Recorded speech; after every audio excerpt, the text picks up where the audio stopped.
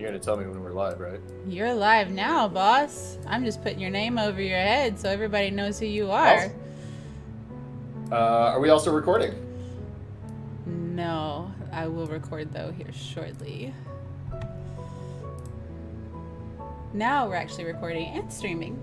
You're all good. Awesome. Welcome, And welcome to welcome. the first live session of For the Win.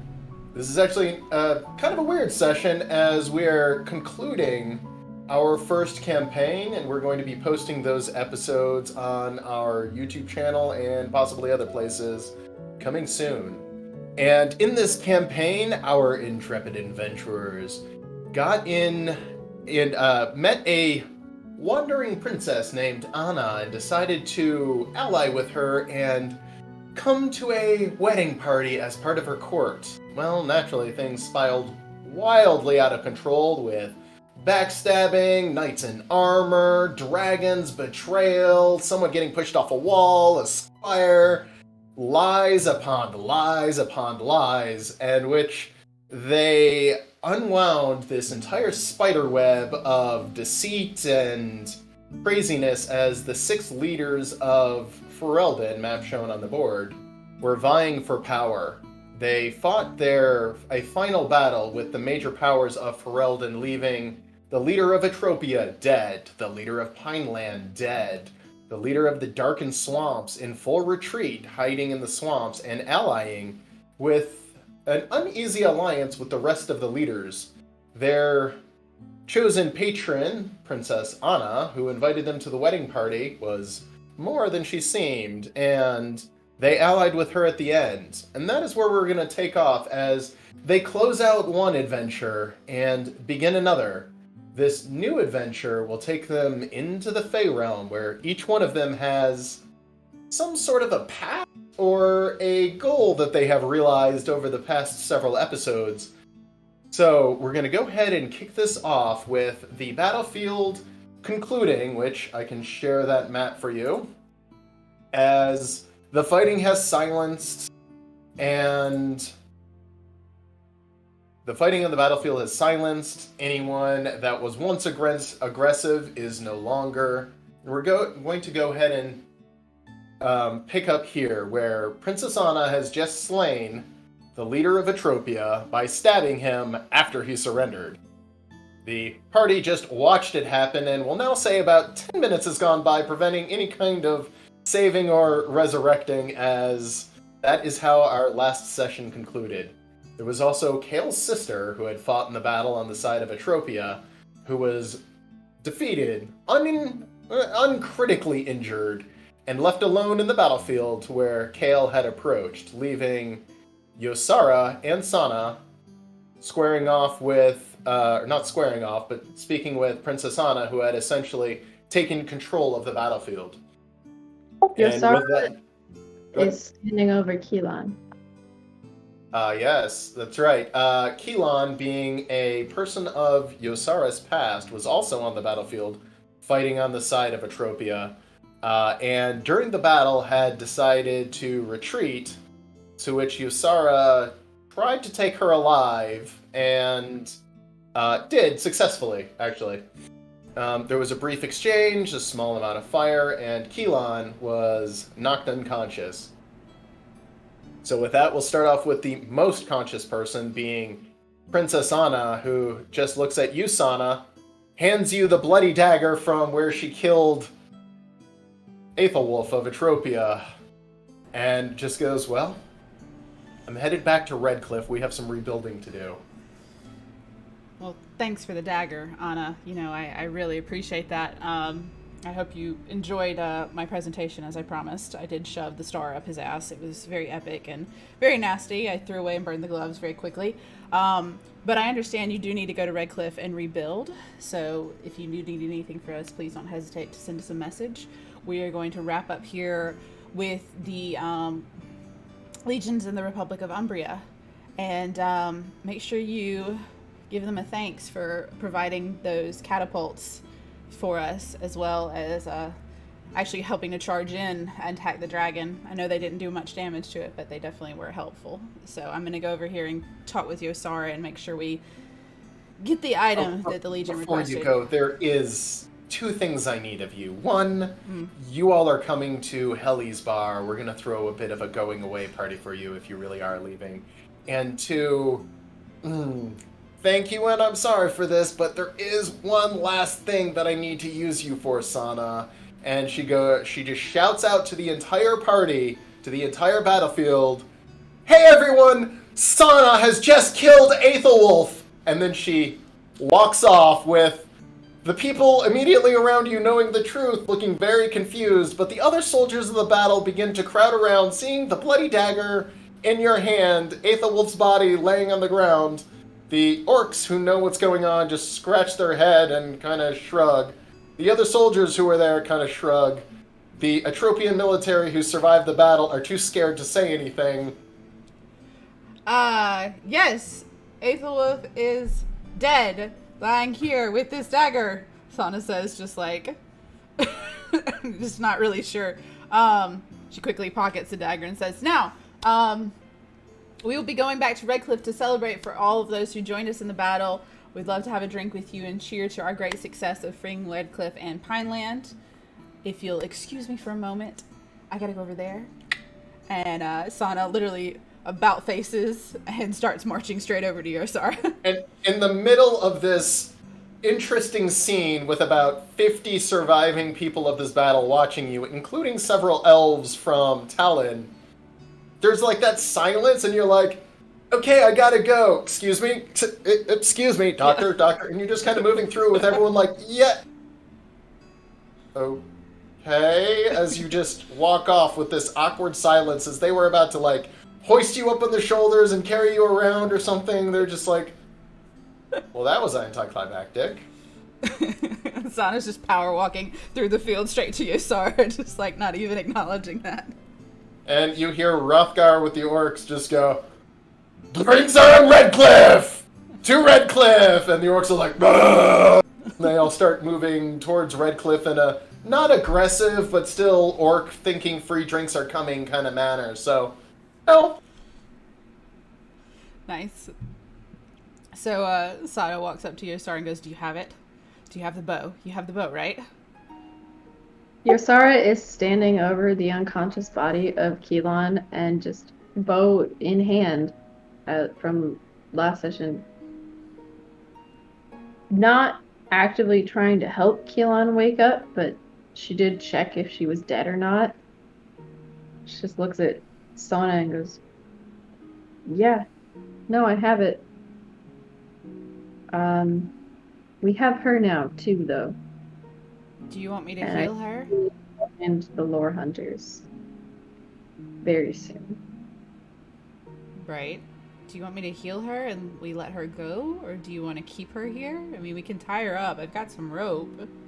I'm just not sure what's the best course of action when you have what I'm assuming is her weapon that she used to travel between the realms for Solace.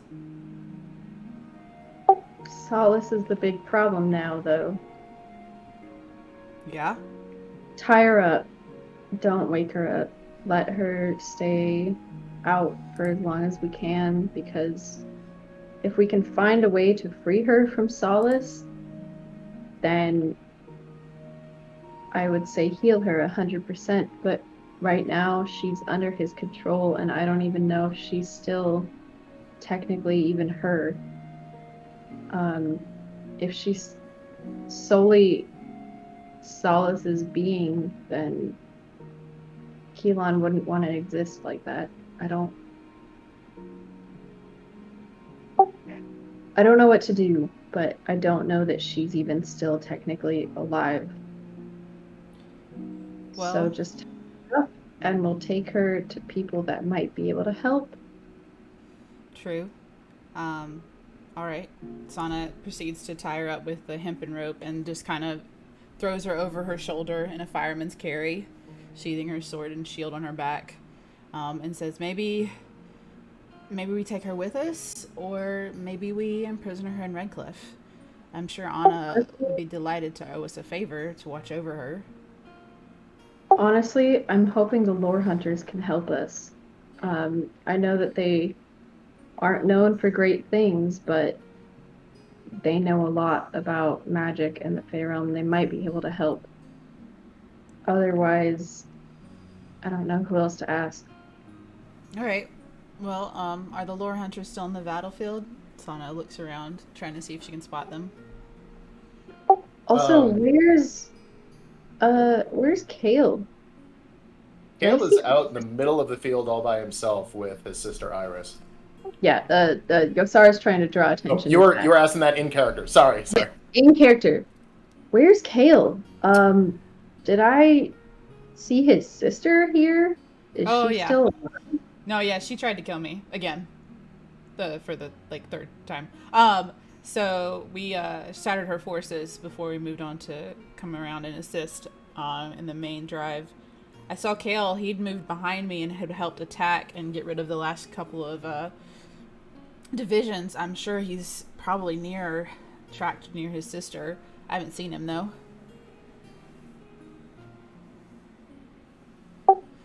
Let's go find him, I guess. Okay, I'm gonna take Keelan with us, and once we find Kale, we can find the lore hunters and go from there. Is that all right, Yosara? Sounds like a plan. All right. And you hear, I'm coming with you, as Dimkin vomits just a little tiny bit of blood as he's got 2 major impalement wounds on his stomach. I should be okay, but I'm just, I'm gonna go back to Redcliffe and take a nap. You know what, Dimkin? That might be best. Rothgar and them are actually going to go ahead and head back to get drinks. You want to piggyback with them, and I can get Alaric to head back with you. That way, you'll get back safe and sound. Piggyback. That is a great idea. And you see him scamper off with his I'm going to jump on an orc's shoulders look in his face as he's going to head back to Redcliffe and literally piggyback his way back. I can see that. All right, so we fought Kale's sister over here. Yosara, let's head in that direction and see if we can spot her and Kale. Sana says as she points down, south, straight down from where South they're left. standing. Yeah, south left on the map to where they're standing. Yosara. Yeah, it's not a far walk, just a couple hundred yards, but the whole time you're stepping over slain and dying soldiers, so it's a little bit of an ominous walk. Many of them have arrows in them, and a few of them have sword slashes from your unit. Well, we did a number So on them. for the last several minutes, as all of this has been going on, Kale has just been sitting next to Iris, staring off in the same direction for a long moment of silence. But finally, he breaks that, says, "Wow. What was it all for, Iris? Did you get what you wanted in the end?" That's what I'm asking myself. My whole life I was taught that if you just stick to your honor, do the right thing for your family and for your kingdom, for your people, everything works out. This is my first time in my life where effort did not equate to performance.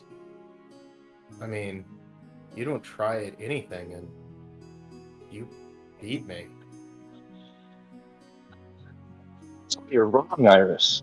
I try so hard at everything. I just don't think anybody sees that. I'm just your big dumb brother. I'm the screw up. I just, for once, I just want Kale to be enough.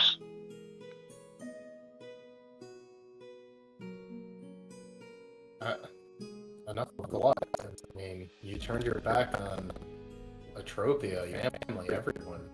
What are you hoping to get out of all this?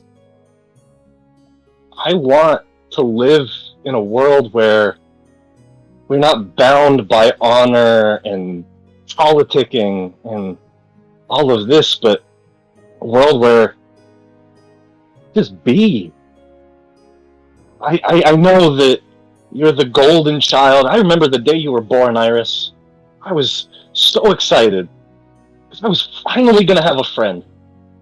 I was finally going to have someone that could share this life with, that would see me for who I am, but no, I never got that. You were, well, you were the one everybody loved. They You loved didn't me even have to because try. I worked for a purpose. And what do you mean didn't have to try? That's all I did was try. You know how hard it was to put in 100% effort, never knowing if it was going to pay off? Being so afraid of this moment right here where you put in your whole life, your whole soul into something, just to watch it taken away by a ragtag bunch of nobodies? Do you know how hard it is to try and put 100% in and it never be enough, never be recognized? I'm sorry, Iris. I know you didn't choose this life. And I know that's my fault. Mom and Dad, the pressure they put on you, it's because of me. But at the end of the day, Iris, we gotta ask ourselves, where did that come from? We didn't choose any of this. Atropia be damned. The Umbria be damned. All of it. It's nothing. Petropia can be beaten this easily. And if they're... I mean, when Aethelwulf sided with Solace, willing to give up his army to it, him, that thing, I mean, I thought I stood to prevent that. Our job as Dusk Hunters was to prevent the dark powers of this world from getting their hooks into Atropia. I mean, the fact that you accidentally killed one of the Atropian regions, I mean, now it's almost funny. They really are that weak. Their strength is built off other people. Maybe it's time to leave the Dusk Hunters behind. You see Solace as this force that needs to be reckoned with and dealt with, then join us. That's what we intend to do. Yeah, we might have stumbled into a victory here and there, sure, but I think we've got a little bit of a plan cooking. Well, so we could use someone like you. I can't return to the Dusk Hunters. I mean, hell, I couldn't even kill you. I do have a sick neck. Not that we would have let you, Sana says as she walks up. She looks at you. You hit me twice. And then you ran. Quite epically, I might add. Well, I was expecting Aethelwulf to back me up. I mean, I'm tough, but 50 on 1 is unfair even for me. Well, Aethelwulf is dead, with a medal up his ass and a dagger in his throat. What are you going to do next, Iris? I'm thinking about that. I don't know. You don't have to stay with this doomed group. You know that, right? No, I can't go back to Atropia after this. I mean, I literally failed at everything. Failed to kill him, nodding towards Kale. I failed to prevent Aethelwulf from siding with whatever the hell Solace is. I failed to win a battle and lost a good swath of my unit. I'm not used to failing this much at once. You said the Dusk Hunters are here to try and prevent the dark forces from taking over Atropia, from infiltrating groups. Maybe this is a great chance for you to actually succeed at that. Maybe you're right. I mean, do you even know some of the evils that lurk in the Feywild?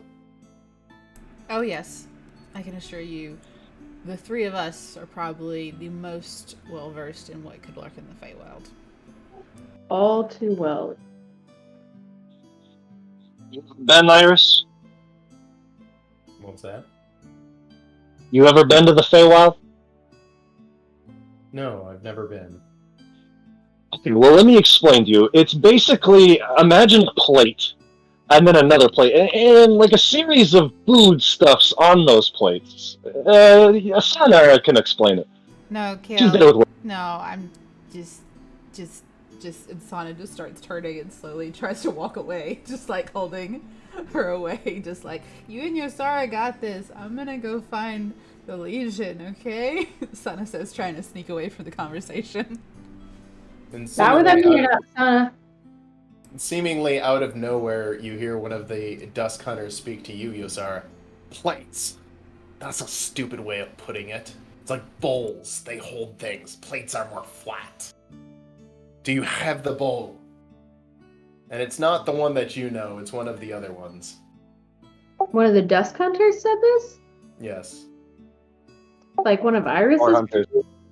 Sorry, Lore Hunters, not Dusk Hunters. Lore Hunters. Lore Hunter said that. Okay. My mistake. Walk up to the lore hunter that said that specifically. Hold my hand out flat with a gold coin on it. Do you see this coin? Yes. Am I holding it? Yes. Is my hand a bowl? Give me the bow. Sana just laughs in the background. Oh, just give them their trinket. I'm not who I need to be talking to right now. Where is my brother? He nods, and out of the knee-high grass, your brother drops a drops a spell of invisibility.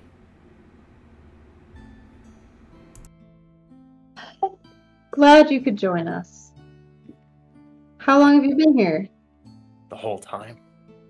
So you've fight seen alone. what's happened? Of course. Then you know that Obviously, I have. observe. You know that I have the promised price. I'm holding the bow that I took off of Keelan. That's why the little one is still alive. Oh, you think we would have let you kill him regardless? He was laying down Wow. unconscious in the reeds for a while before anyone did anything, so yes.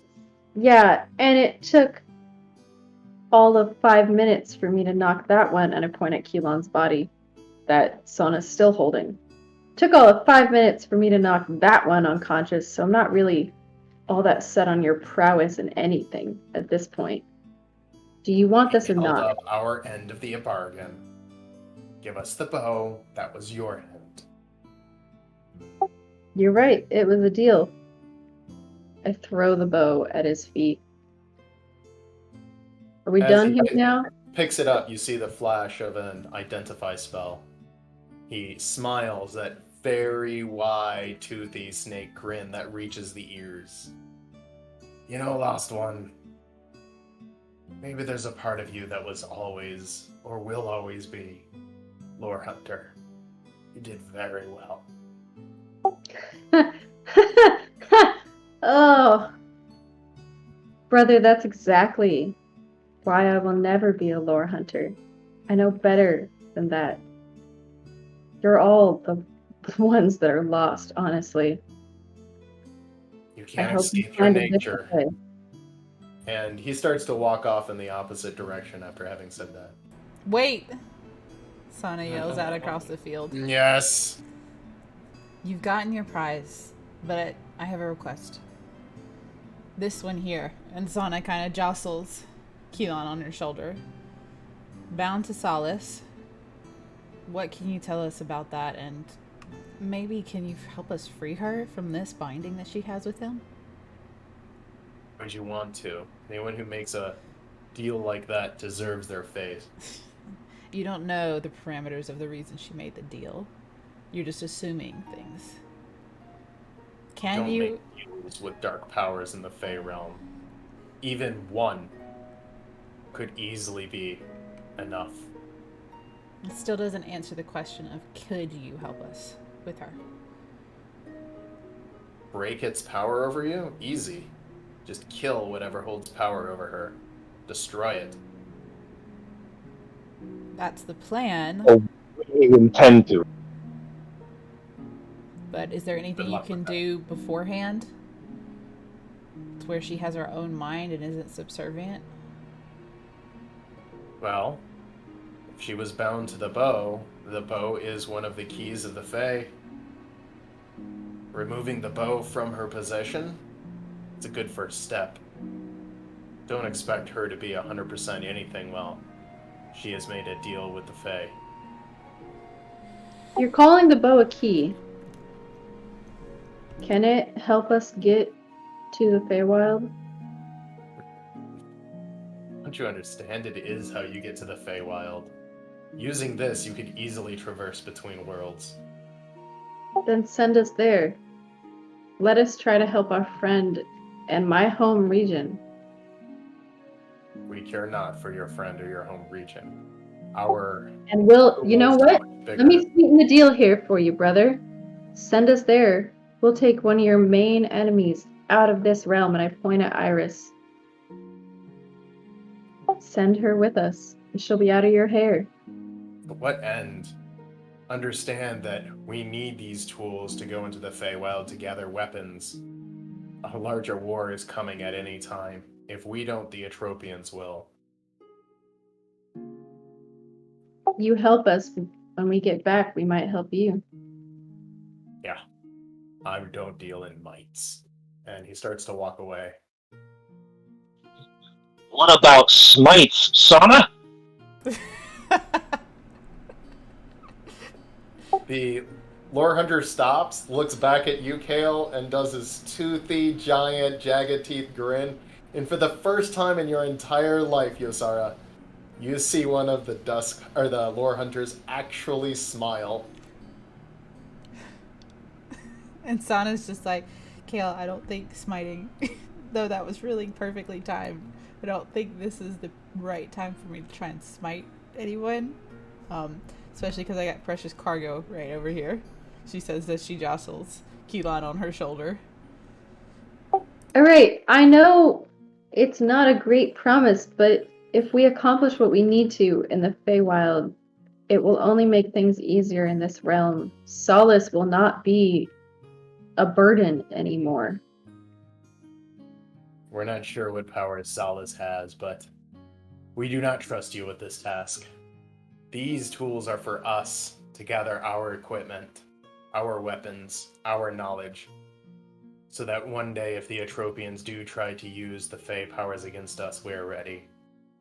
So wait. These tools are for you. You weren't even able to take down the Dusk Hunter, and we have her in our tow. You couldn't get Keelan. We have her now. Have we not proven ourselves worthy of your trust? To take down the Dusk Hunter. Do not forget, cannot, with not being permitted to. If then we send engage someone. Send someone in your steed. Send someone in your steed who can get away with this, and you won't be blamed if we screw it up. She's right. After all, that's the whole reason you asked us to acquire the bow. So what exactly are you proposing? Let us use the bow to go to the Feywild. Our goal is to take down Solace and help clean up what is attacking the realm. If we don't accomplish that, you never have to worry about us again. If we do accomplish that, we come back and you've had free time to deal with other issues and this problem is taken care of. I mean, honestly, brother, it's efficient if nothing else. I will think on this. Perhaps that would be a greater use. After all, this all started when the little one stole a one-way tuning fork. Perhaps I will get you something to travel the Feywild. And he walks away. Well, Sana says, we'll be in Redcliffe for one night. Just letting you know. Okay, well, he's gone. And you hear on the wind, I know. Kale Chicky kind of bastard. just nudges Sana and Yasara and says, for a guy who said he doesn't deal with mites, he sure said perhaps a lot. Kale, thank you for pointing that out. I didn't notice that until you said so. You're very. I may not be the smartest man, but I am perceptive, so Very I much got so. something going for me. Very much. Caleb, you figured out your own first lesson of dealing with the lore hunters. Proud of you. Thank you. I don't understand it yet, but I thank you. As you guys go to get up and relocate, 5 large orcs come over to you. In the center of them is Rothgar. He points down at Iris. She's the Dusk Hunter, right? Yes. Yeah. It would be a valuable captive, especially given the circumstances. Well, the circumstances are she's our captive, so what do you want with her? Oh, that's the important thing. You see, Republic of Umbria had no part in your victory here. You did all of this without our help at all. You all should be commended, praised, awarded, murals painted in your honor. Most importantly, we had nothing to do with this. You're right, Sana says. Yeah. You had nothing at all to do with this. I guess Anna shouldn't thank you in any way for the victory that was achieved here, and that we should all just go to Redcliffe and not let you guys in because, again, you didn't have anything at all to do with this, Sana says. You want to keep 100 orcs out of a place offering free drinks? They're not for Hey. you. If you want that body count on your head, you're more than welcome. It was apparently easy enough to keep 100 orcs out of a battlefield, so... I mean, I'm pretty sure you're their commander. You could totally tell them they're not allowed to go. Yeah, but where's the fun in that? My point is, simply throwing her in chains does nobody any good. A captive of ours would just be another prisoner. However, someone who knows the Dusk Hunters, the way they move, the way they fight, would be a very valuable ally? I guess what I'm asking is, and he looks down at Iris, young Dusk Hunter, you need a job. Iris, Sana says, right after he says that, remember, the offer for you to join us as we traverse onward is still there, no matter what other offer you get. And she just goes, Can I drink on it? Iris, I'll tell you this. You talk about working hard and receiving credit for what you do. As far as I've gathered, that's what what's in it, Stinky, whatever his name is, and his people are all about. Work hard, rise to the top. Isn't that right? Very apt Rothgar says, description. did you just call me Stinky? Yeah, I blanked on your name. It's not a strength of mine. What is it again? Ronald? Rothgar. There it is. Iris, Hrothgar is all too known for collecting powerful people to his own means. You would just be another member of his Rothgar looks at you and goes, Yosara, thank you. I appreciate that. Hrothgar, you're not welcome. That wasn't a compliment. I took it as a compliment. Hey, Powerful Rothgar. people love me. What can I say? Rothgar, just go to Redcliffe already. The Dusk Hunter already said she wants to drink on it, which means she wants to think on it, so shoo. Sana says quite bluntly. As long as I get a drink with each of you. Today was fun. I don't have a lot of fun in my days. Sana bars her teeth He on and us the- and says, sure, just get. He and the Wonder other why- orcs walk off in a very chipper mood for orcs. And Iris just looks up and goes, I'm gonna do something I've never done before, and I think I'm gonna enjoy it. Brother, would you join me for a drink? Okay, so it is dangerous stuff. I did it once, and oh my gosh, I did not feel good. But you know what? I think I would do it. I would try a little bit. Nothing would please me more right now than to enjoy a drink with you, especially if it causes you some discomfort.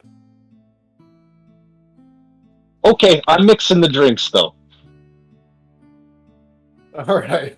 She stands up, and are you guys taking your Helon as prisoner to Redcliffe along with the remnants of your force?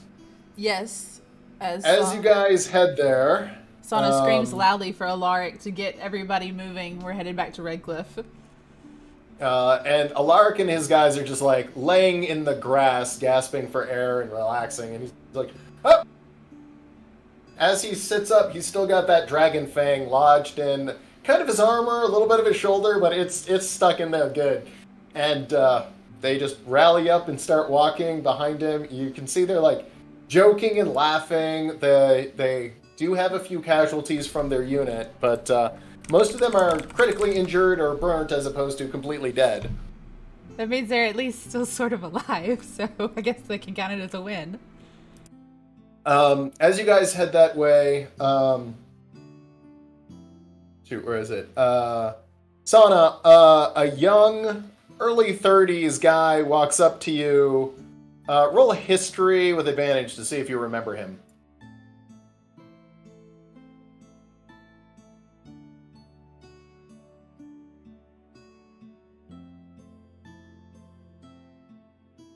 Okay. Yeah, it's Xander.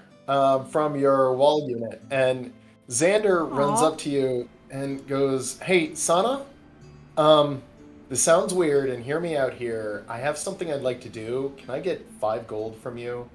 I promise you it's worth it." Xander, it's good to see you again. 5 gold? Yes. Sure, if that's what you need. Is there anything else, though? Is everything okay? No. Yes, everything is fine. Trust me. Well, of I got course. this. Of course I trust you, Xander. You helped me claim the wall, so here you go. Here's 5 gold. You are going to come join us in Redcliffe for a drink, though, right? If I do, I'll be late, but yeah, when the night's about to close, just shout for me. I'll come in. Okay. All right. I'll see you then. I'll shout. Sana Okay, says, go kind ahead of and looking deduct at it. 5 gold, and he starts sprinting towards Redcliffe, kind of excited. As you guys continue to move,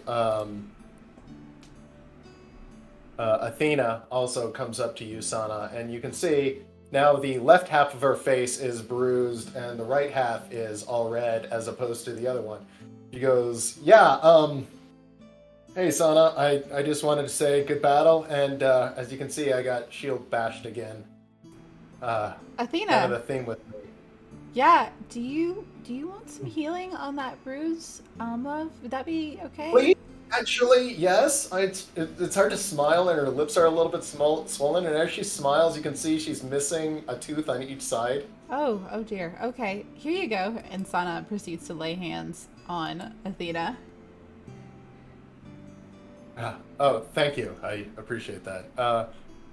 I gotta go grab someone, but we'll head back and we'll see you there. And you see she runs off, and there's Daniel standing in the field, looking straight up, eyes directly into the sun, just feeling the warmth on his face as he can't actually see the sun because he's blind.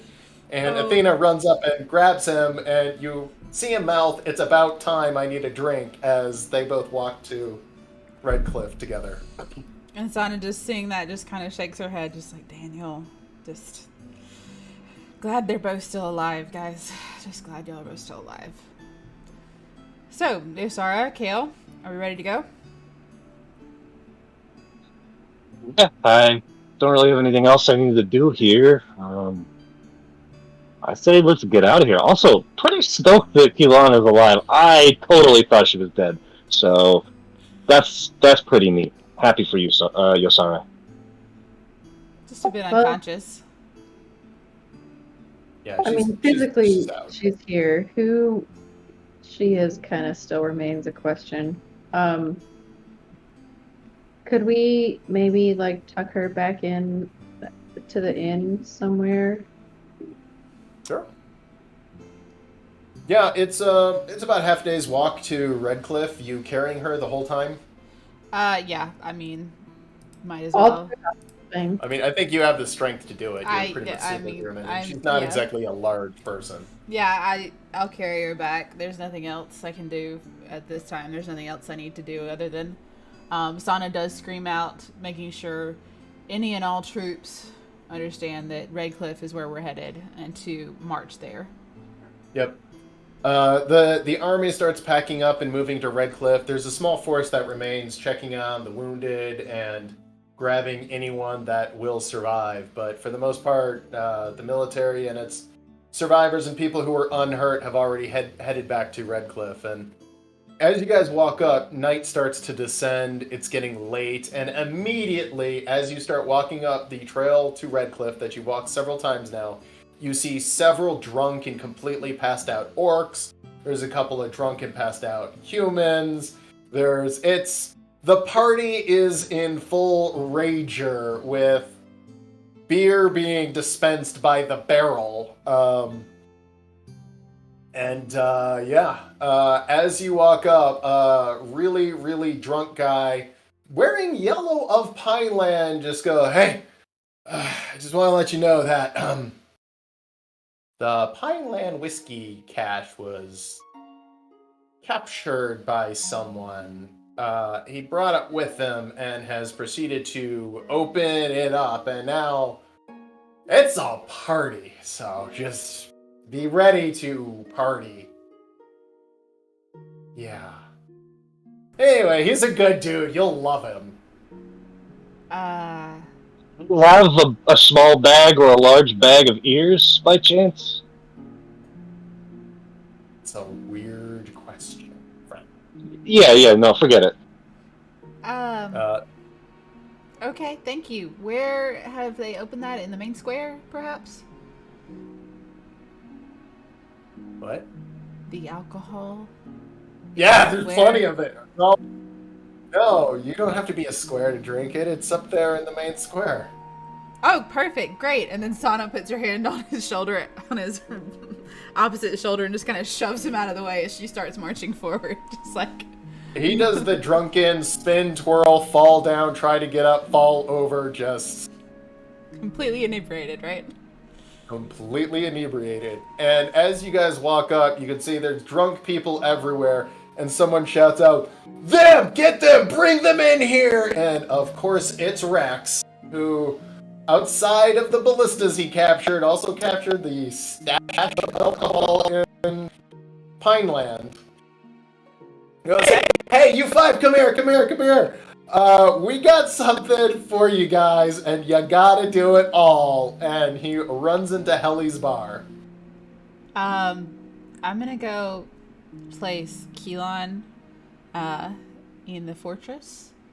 Sana says to Yosara and Kale, I will be back in 5. I'm gonna make sure she's tied and secure and has water should she regain consciousness. So yeah, I'll be back. And Sana just walks off real quick to go make sure Keelan is secured.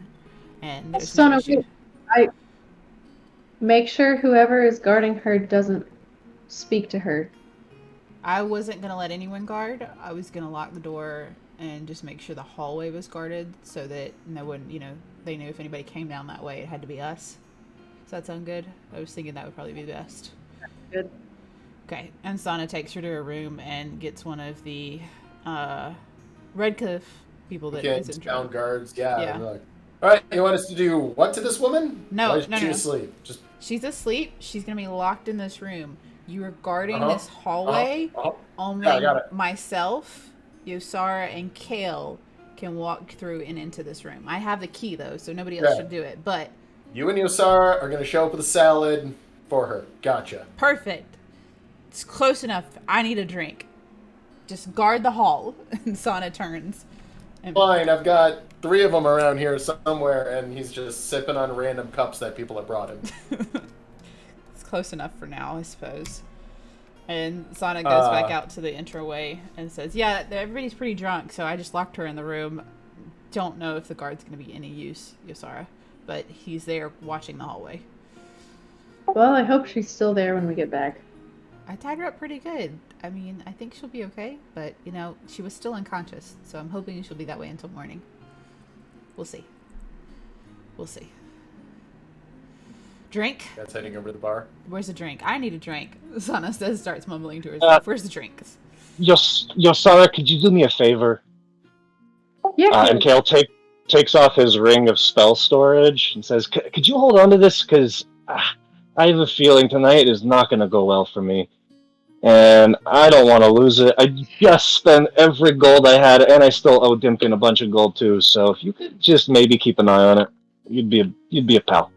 Okay, Kale. Yeah, I'll watch it for you. And Yosara just puts the ring on. See, it's nice and safe here, okay? Kale has very skinny fingers, so it might be a little snug on you, Yosara. It's not gonna fall off. Kale, did you just tell Yosara she has fat fingers? I know I don't know what you're talking about. I'm not self-conscious about my hands at all. I think they're perfectly normal. You just said that she Roll has... deception with disadvantage. Well, wait, what am I rolling? There. No, I'm kidding. Actually, yeah, go ahead and roll deception with disadvantage. I'm not very Yosara can probably see through it. Yep. You can tell he's very self-conscious about his fingers. Oh, Kale. Love you, Kale. Buddy, I'll put it in my pinky because then it'll fit well, alright? Same fingers. And Sana just had the drink like, working on great, guys. As you guys walk into a bar, you're immediately greeted with 200 people in this bar, and it sits comfortably about 50. So it is just packed in there. On top of one of the tables, holding 2 glasses in hand, dancing like a mad person, is of course Princess Hana.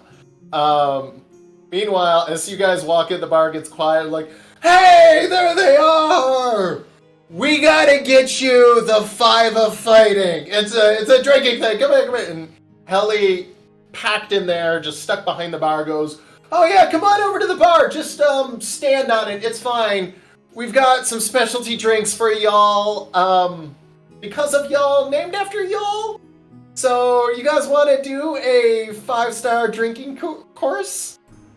Hells to the yes, Sana says, completely enthused about this, and immediately shoves people aside as she climbs up on the bar. It's like, all right, where's my first one? What am I doing? What's the rules? How are we doing this? The bar gets quiet for a second, and she goes, this one is the Alaric, a.k.a. the Dragon Snack. And she puts out 5 shot glasses, and then she pours a little bit of milk in each one of them, drops just a thimbleful of vodka in each one, and then puts a cookie on top and goes, it's for the crunch! I'm gonna look at Kale and Dimkin and be like, if y'all don't want to drink it, I'll take yours. That's fine. Oh, It's fine. No, I'm already signed up for a rough night. It's good. Bring it on. Bring me the Alaric. And as you guys are doing that, you hear a shot glass slam on the bar, followed up by the crunch of a cookie, as Iris has already beaten y'all to it, and he goes, don't make me be the only one drinking. Mouth still full of cookie. And Sana immediately grabs her, tips it back, and just crunching. That's actually quite nice. Okay. Now that you're warmed up, are you ready for the Rabid Gnome, a.k.a. the Dimkin?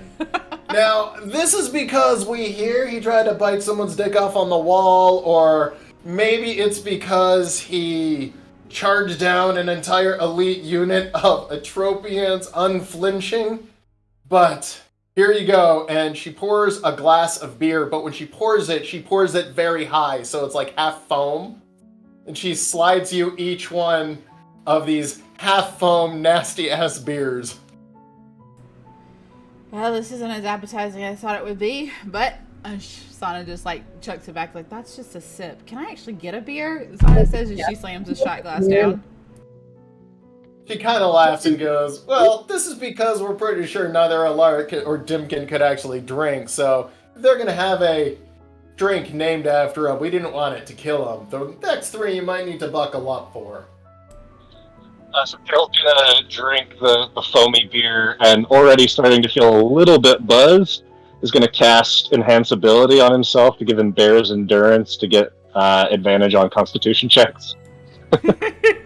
And with that, Iris is just stirring the beer, killing some of the foam, and it's like a third of a glass of beer, to which she finishes, and she's like, these better get more interesting. She goes, alright, you ready for my personal favorite, the most fun one?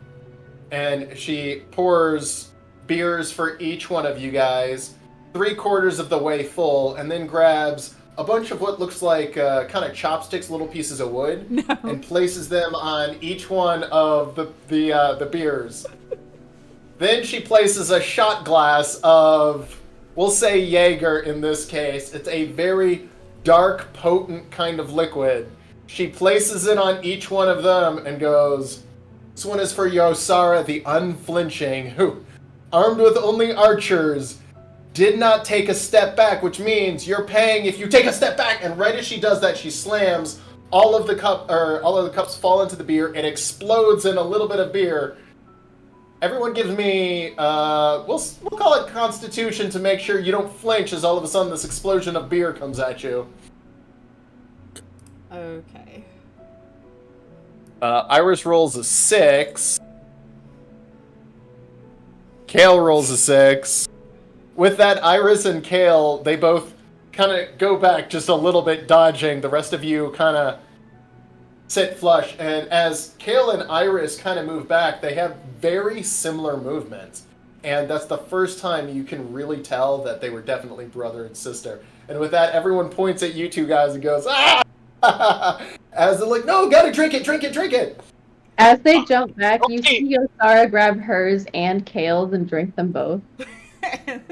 And Sada's gonna reach over and actually just yank Iris's towards her and just chug both hers and Iris's in one full chug. And you both feel two warm hands on your back, and it's Princess Anna in a slightly drunken slur and goes, that's why I love you two. You're just so awesome. I'm glad you came to my non-wedding, and she pats you both on the back. It would have been great to wear a gown, though. Ah! Yeah, I don't think you would want that, Anna. I think you're better off the way you are right now, hon. Also, you know what, Anna? You can wear a gown anytime you want. Just fight in it for all you care. Yosara, that is the And weirdest Yosara's thing gonna I've heard in a shift. Mask of Many Faces, Yosara's gonna shift to look like she's wearing Anna's, like, normal, like, court gown kind of attire we saw her in originally. And You can wear a gown anytime. She goes, I've never wanted to kiss myself so bad. And just stumbles backwards. Love it. Kale leans over to Yosara and says, hey, Yosara, do you think you could teach me how to do that? To be honest, Kale, I don't fully know how I know how to do that. No, it's fine. Sorry, that was a stupid question. No, it's... We'll work on it. You don't Okay? have to teach it. We'll work on it. Okay. And Sana, Okay. after Anna's interruption, goes, another! And bangs her fist on the bar. Of course. And she pours a really, really dark, rusty brown beer. And then, okay, so she pours this really rusty brown beer, and she hands that one to each one of you. And then, of course, she puts a little piece of lettuce on top of it. And then with a dagger, pokes it through onto the bottom and drops a penny. And she goes, that's Kale Ironside, baby. The penny is because his skin can't be breached. I love it. Yosara, don't you dare. And Kale grabs his beer and drinks it in one. Just holding it and like looking at the lettuce inside, like, all right. Sana, with no hesitation, just grabs it and says, whatever, and just chugs it back, just like trying to get intoxicated. Like, she doesn't even care. There's lettuce or a coin. She actually like takes the coin in her mouth and goes, pfft, and spits it out over across the bar. And with that, some random person tries to catch it. He tried to catch it in his drink and missed horribly, fell over, spilled his drink, and is just remaining on the floor for the next couple of seconds. And finally, last but not least, we've got the Sana Kingslayer. And there she takes a very, very, very dark, very potent liquor. She puts that down and then puts some sort of like a whipped cream on the top and layers some whipped cream on each one of them. Then takes a bottle of really dark red liquid and pours that on top so it layers on top of the whipped cream. And she goes, all right, is everyone ready? Takes a sip of vodka, blows over an open candle, and shoots fire across the top of it. Then takes her dagger and stabs it into each one of the drinks so it starts to mix. The fire starts to suck up the top alcohol or whatever. She slides it to each one of you, and Helly looks at you and goes, you're the fire one, right? Damn straight, says Sana, and she Well, drink it before the alcohol burns out. And she snatches up the glass and chugs it, flames and all, doesn't even blow it out, just and then like a puff of fire comes out after she like the whole bar loses it. They're just like, whoa, that was amazing. And she's like, nobody else tried that. No, that means you, Vivian. No. Sana just laughs and she's like, can I have those to Yosara? And just starts like grabbing the rest of the shots and proceeds to just take them all one after the other. I take mine. Iris tries to drink hers. How'd that go for Iris? What was that, Kev? I was gonna say, Kel doesn't know how to drink it. He's like sees the fire and he thinks maybe casting Produce Flame is gonna help, like snuff it out. And I don't know, maybe it does, maybe it grows bigger. I'll let you decide. I would think it would grow bigger, yeah. And Sana, seeing Kale, Yeah, good work. Sana, seeing Kale basically setting it on fire even more, proceeds to reach over and go, Kale, here, let me just... And she picks up the, like, tall flaming glass and just proceeds to take the whole thing in her mouth and just... as flames start coming out. And then she's like, that was actually really nice. Thank you. It's been a while yeah, since as the I've had flame fire. comes out, it cinches one of the eyebrows of Helly, who's just like, honey, that was amazing. It's just a specialty I got for being what I am, Sana says. Awesome. Yeah, buddy, we talked about producing flame in wooden structures, didn't we? I was trying to snuff the flame. That's something I can technically do with that, but I think I'm a little bit drunk. It's fine. This is okay, Yosara, Sana says with just like the smallest slur. I got it. It's fine. It's fine.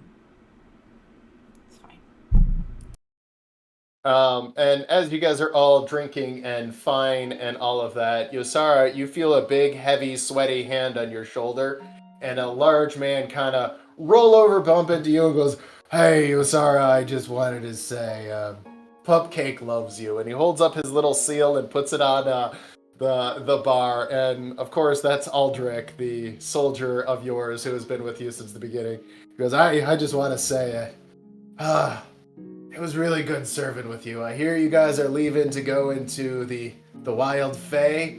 I don't know if that's... Is that a place, an island? You know, we're not fully sure, but I'm really glad that Pupcake approves. You have your own Pupcake.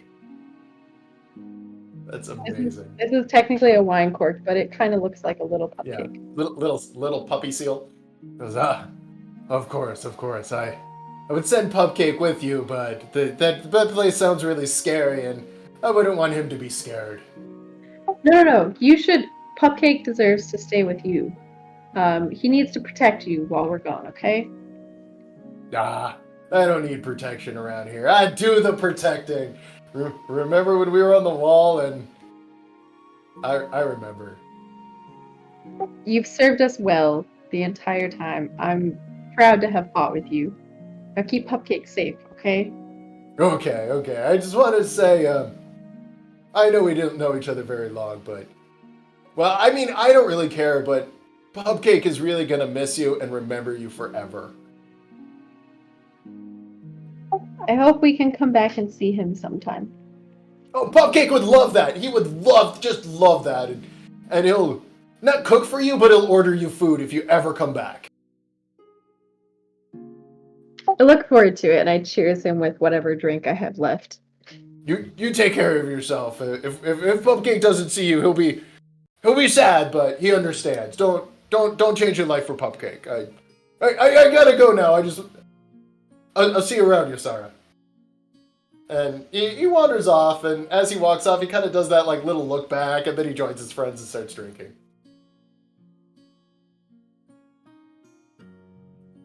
Well, this town is certainly going to be full of interesting people after this. I feel like they're going to be telling stories about us for some time to come. You're right about that, Kale. I don't think we'll ever be forgotten. We've made a mark on history here in Redcliffe. Honestly, And with I'm really certain we changed history here in Redcliffe, Sona. No, you're sorry. That's probably a better way of saying it. We definitely have changed history here. And with that, you hear Anna get up on the table and go, "Everyone shut up! I want all eyes up here! Except for you, Daniel, you can listen!" And Daniel goes, "Yeah!" And he does a cheers facing the wrong direction. He goes, "I have an announcement to make! Announcement! I had this specially made just in case I survive this whole craziness. This is," and she holds up this very dainty, beautiful, spiky tiara. She goes, "This is the crown of Redcliffe. I have decided I'm going to take over Atropia. Not because I don't love you, Redcliffians, but because if I don't, there will be a power vacuum. Which means somebody needs to rule Redcliffe in my stead. And I would like nothing more than our own, the honorable, the noble, the first woman on the wall, Sana, to take over Redcliffe in my stead." And she hands you the tiara. "Sana, would you take over Redcliffe for me?" Sana just holds the tiara, just like, I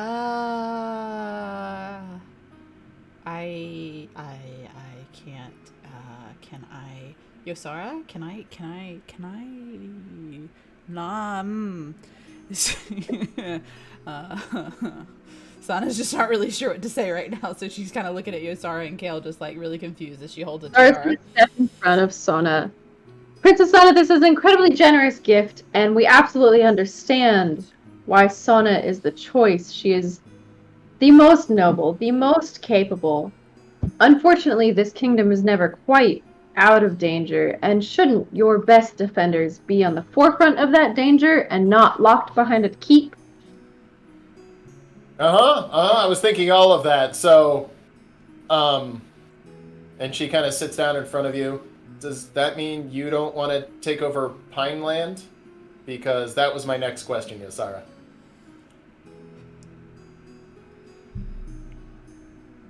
How about you leave it to us to find regents while you are in Atropia for Redcliffe and Pineland? Is that a compromise? Of course. Yeah. Yes. Absolutely. If that is what you feel is best, then I trust your judgment. Because you two, and she leans forward on the table and is supporting her weight on your shoulders. You two have been my rocks. Just so solid. Even when you really hated who I was trying to be, you still always had Redcliffe's best future in mind. We're very much honored by the sentiment, and thank you for that acknowledgement. We hope to continue to have Redcliffe's best interest in mind, as that is why we cannot in good conscience stay here while there are still dangers facing this city. She's right. We need to find regents, people that are local to Redcliffe and Pineland that can help bring them back to what they once were as allies before all of this. Of course. Find allies for... Yes, of course. Is the general in the bar? No.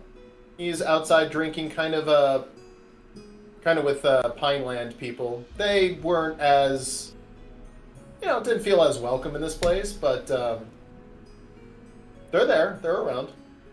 Okay. And Princess Anna kind of grabs you, Kale, and she puts her head right next to your ear and goes, I know you're probably disappointed I didn't ask you, but they say never give someone power if you want to make out with them. And she grabs your ass and stumbles out of the bar.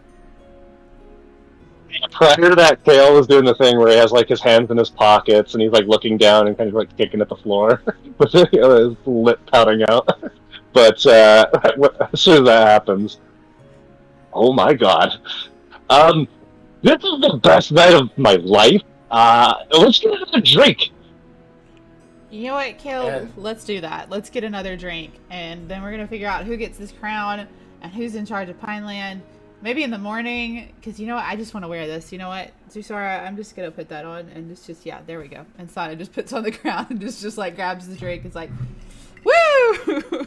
You know what, Sana? For one night, this might not be a terrible idea. And Yosara like runs off after Anna, and he'll be right back. Yeah. And right as you put that on, you feel a hand on the nape of your neck, and someone squeezed the nape of your neck just a little bit and goes, honey, that looks beautiful on you. And it is Daniel, and as you turn over, his milky white blind eyes, and he's smiling at you, and he pats you on the back twice. Daniel, thank you so much for that compliment. You can't... I heard it click off your crown, or your horns. Oh, okay, great. I was just wondering how on earth you could freaking Plus, see. I might be blind, but I know women very well, and what kind of a woman turns down a tiara? I'm sure it looks amazing on you. Yeah, it looks really nice. Right, fits right in between my horns, and it's accented well with my red skin, surprisingly. Thanks for the compliment. I'm gonna go get another drink. Let me get you one too. Okay, Daniel? Oh, and before you go, can you tell me what's red? I bet your face looks... yeah, I'll take another one, please. And Sana just kind of goes, ugh. As she like holds the crown up on her head with her horns and goes over and grabs a couple of drinks and drops one off next to Daniel, placing his hand on it, and then immediately starts wandering back outside. Kale, I'm going outside. I want to talk to Pineland people, Sana says, slightly intoxicated as she meanders out the bar. No, you. Hey, Holly. You think I could try and make a drink? I think it'd be pretty fun. Seems like you had fun with it. Nellie's like, sure, honey, if you want to make a drink, come on over the bar. And she helps you jump over the bar. Okay. Can I do use my cooking thing for this? Absolutely. Even though it's not technically cooking, but... No, I'll allow it. I just want it. to see where this is going to go. I'm loving this already. Okay, Kale is gonna go for a pungent, acidic, spicy, and smooth drink. Mezcal old fashioned.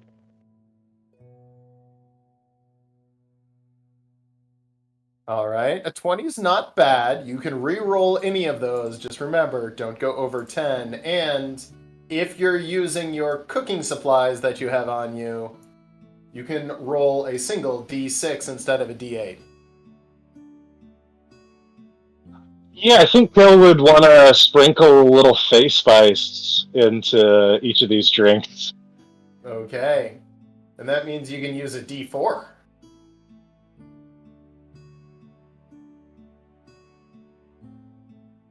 So where do you want to add the 2? I'll add it to the smooth. I want it to be above all smooth. Okay. So isn't 8 perfect, right? Like when 8's he gets perfect, 8, yeah. 8's perfect. So he's 8 perfectly smooth, spicy, acidic, and just a small bit pungent. Is that what it? I'm gonna Yep. I'm gonna go ahead and re-roll that. Or go over 10. Okay. I'm gonna re-roll the 4. So try to bump that up. A little too pungent. A little too pungent. Still. So what kind of a drink would be a little bit overly pungent, decent amount acidic, a decent amount of spice, and completely smooth? Mezcal spicy margarita. That's one. Anything Ooh. with ginger would probably be good. Yeah, I was thinking like a Moscow Mule. Penicillin. Penicillin would be good. I don't know what a penicillin is. I'm typing it for you. If it's the kind of penicillin I think she's talking about. Trust the bartender to describe Right? We have this an drink. actual bartender Oh here. yes, I like that. Let's do that one. That seems perfect. And our bartender has a tiara too, so I love that. That's what I chased Anna out the building. I'm like, oh shit, Sona's wearing hers. I want one. Yeah.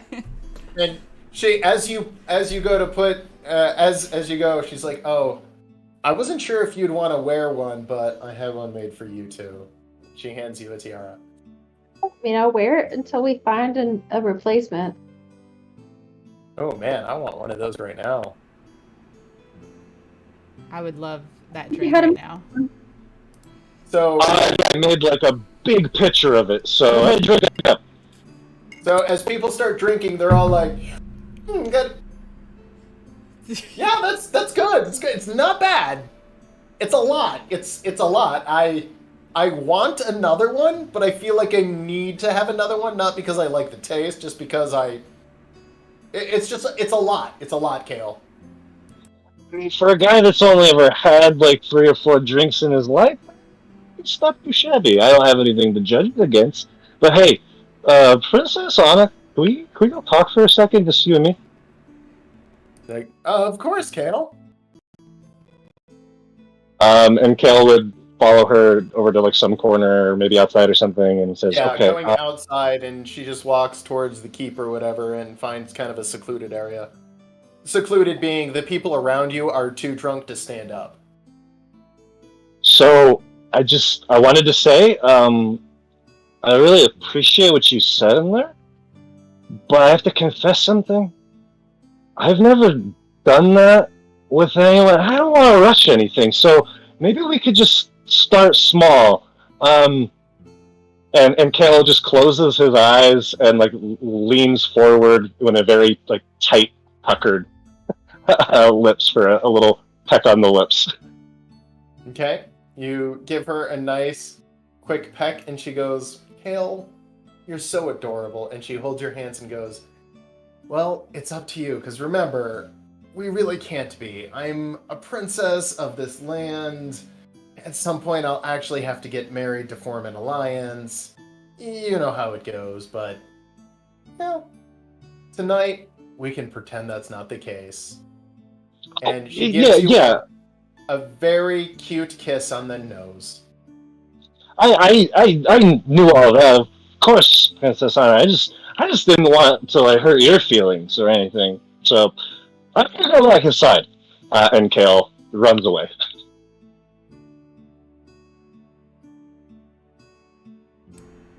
And for the first time in her life, a man walked away from Princess Anna. Oh, that must have hurt just a little bit for Anna. Kale will forever be known as the one who got away. Mm-hmm. Forever known, forever For loved. now. What's that? For now. For now, yeah. No, and Anna, if But she of course- sees him again, she'll go after him again, just because of that. But that's always how it goes, is girls who get all the guy, and then all of a sudden the one nice guy who walks away is the one they become obsessed with. That's fair. I mean, in movies. I don't know if it's the real world, but I wouldn't know. I'm not the nice guy. So. So Sana has stumbled out into the main area with Kale's drink in a very big glass. Basically, she's got a double in her hand, and she's like just looking around trying to find the Pineland people. And there you see a small group of Pineland people. Most of them are drunk off their asses. In the center is two people, and you kind of see like some orcs around, and the orcs are like, yeah, go, go, and some of the Pineland people are like, go, go, go, and there is the general arm wrestling Hrothgar, eyes locked in frustration and anger as they're just like on a stump, just grinding at it, and after a few moments,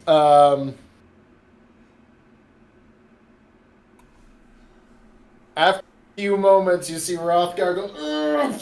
Hrothgar actually gets beat by the general, who's in the late 60s, old man strength coming out of his eyes, just crusty, bearded, just like, ugh, that's how it's done. Yeah! And he gets up, and for all of you who know, or don't know, actually from Pineland, that's why I can do that. And the people of Pineland are like, oh, come on, you didn't need to say that. Oh, man. And Sana just... As you see, he is ripped compared to the Pineland guys. And Sana just comes over, is like, yes, yes, me next. And she like pushes Hrothgar off the cart and just like puts her head, is like, me next. My turn. Come here. I want to go. Yeah, Sarah's just watching this, like, head in hands. And he goes, And she like, hang on there, little lady. Let me rest. He grabs a drink, chugs it, throws the glass on the ground, goes, all right, I'm rested. Let's do this. and Sana just like holds her crowd and like pushes it down to where it like bumps her horns so it'll stay in place. And she's like, okay, I'm ready. We got this. Yosara, you watching this? As he grabs your hand, he goes, that's a pretty hat, little lady. All right, count us off. You hear 1, 2, 3, go. Make contested strength checks. And with that, you come out just bam, and you're 3/4 of the way down, and he's fighting back. He's like, oh no, I'm not going down like that. Go ahead and roll again. You're up against a 17. Oh, I didn't do very well the second time, so I'm going to the other He side. pushes you back up to neutral, and he's going to go back on the offensive, trying to really get you over. Okay, roll again. Nat 20. Your nat 20 has him 3/4. He's almost on the ropes. He's going to make this one with disadvantage. Wait, can I? Okay. You're up against a 9. And with that, that was quicker than I expected, but the nat 20 wins it. As you get him down, you just hear boosh as his arm hits the stump. And he's like, ah. Now, while Hrothgar did wear me out a little bit, I concede when I've been beaten. Guess you earned your little hat there. I did earn my hat there, and so did she. Sana says, pointing to Yosara behind her, who's wearing the other one. He looks at Hrothgar on the ground. I see, calling him a woman. I kind of like that. But you know what, General? I gotta say, thanks for showing up. You didn't have to, but we appreciate what you did. And I know... Well, here's the thing. We did have to. Because on that first fight 15 years ago, we did show up. But just through the confusion of battle, the fog of war, as they say, we didn't even fire a shot. We left Redcliffe on their own. That's never sat well with me or any of my men here.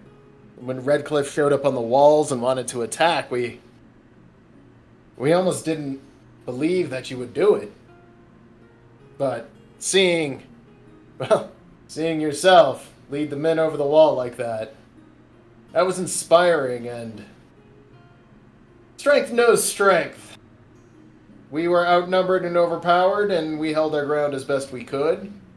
Our intrepid leader got himself killed, but he went out the way he wanted to. It was a good death, as they say. Indeed. He died well and fought well, as did you all. And that's why, again, I was worried you wouldn't come, but I am glad you did, because your help was much appreciated in the previous conflict. And with that, just as we promised, and Sana kind of motions to Yosara to come over. Just as we promised, we are going to assign a regent in the morning to Pineland, and you and yours are free to go back and claim Pineland for yourselves. And we would like your advisement in representation for Pineland. Yosara here is in charge, and Sana kind of shoves Yosara up right next to her. And she's going to be in charge of Pineland. I've got Redcliffe, but working together, I think we can get two good, advisors to help you guys come together once more as you were before that incident 15, 20 years ago. I appreciate that, but who would you put in charge of Pineland who could mend the gap? Well, we're thinking about you, maybe. I'm an old general. I don't have any children. That would be a terrible idea. What happens in the next 10 years when I finally kick the bucket? That's why you would just be a regent for now. Unless you have someone, Sana says looking at Yosara, that you would recommend, as we will not be able to stay, we have to continue seeking to destroy forces that wish to destroy the world. Not, example of the Tropians, but there are others out there that align with the Tropians, and we wish to go out and seek them out and destroy them and bring peace. And we need people, good, strong people such as yourself that are a good leader. But if you yourself do not feel like that is appropriate, who would you recommend? Oh, I actually have been giving that some thought, and there is a man that we've all grown to love and respect. Bit of a character, a little rough around the edges, but no, someone who likes to party, someone who's always been there, has been there for us lately, and had the foresight to bring the ballistas. Of course I'm talking about Rex, wherever he is. Rex! I know he's a mercenary, but at least you know what he's about. And Pineland, it's a business after all. We produce some of the most valuable stones in the region, and well, he knows money. You're not wrong. And Yosara, Sana says, yanking her before she can say anything.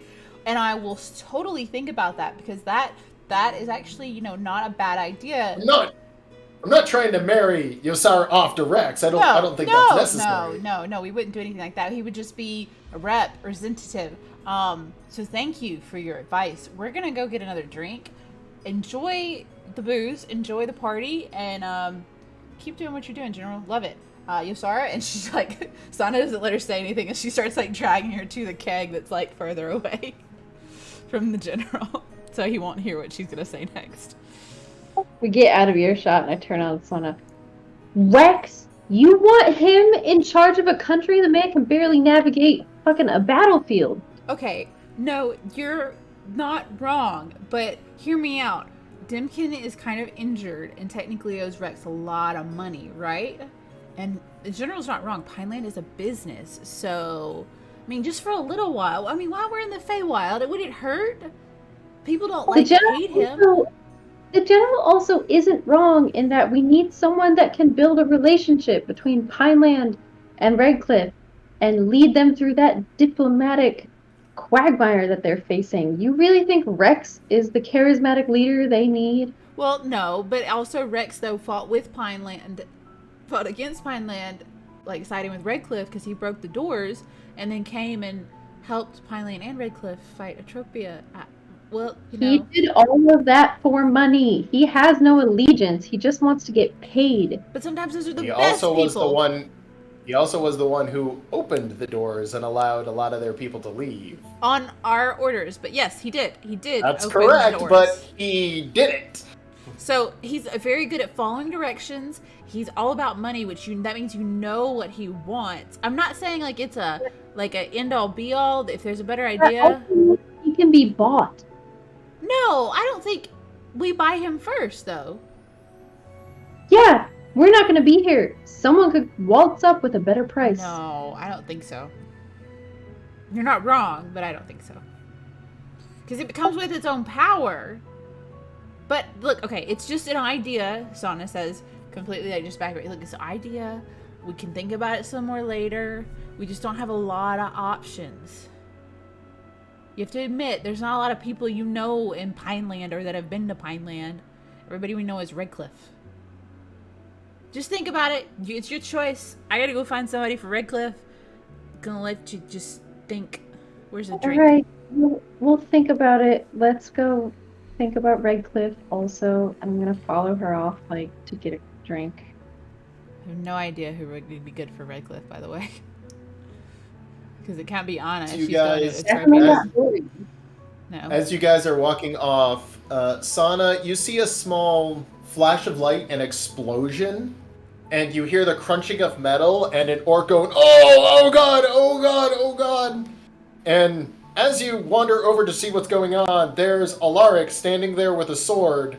In front of him is an orc with a broken sword, metal cut into his body, blood coming out, and Alaric's like, I don't know what happened. We were just sparring. We were just having a good time. I was drinking a little bit, and then, like, the orc hit me, and then I swung back, but, like, Sana, it was weird. I saw the dragon's eye as I did it, and I felt this power flash through me, and then all of a sudden the sword just swung through and exploded, and... Okay, Alaric. Can you heal him? Yes. Can you heal him? Hold on, just sheathe your sword, Sana says to her apprentice, putting a calming hand on him as she lays her other hand on the orc. She heals him slightly and says, get away. And she basically, And like... the orc, I'm like, I didn't expect, ouch. And he just, like, walks away, like, doing a triple take on this little kid who just cut through his sword, his armor, and just fucked him up. Yeah, and Sana grabs Alaric by the shoulders. That is your abilities coming in and manifesting. That is what being a paladin is going to bring to you. Okay? Deep breath. It's okay. It happens to a lot of us. It'll happen when you least expect it. You just fought a dragon. Oh, It just lasted 6 seconds. It's okay. That's not a big deal. That will... Don't worry about the time. Says trying to ignore the fact that he's, like, emphasizing 6 seconds. Hold on. You know what you've got?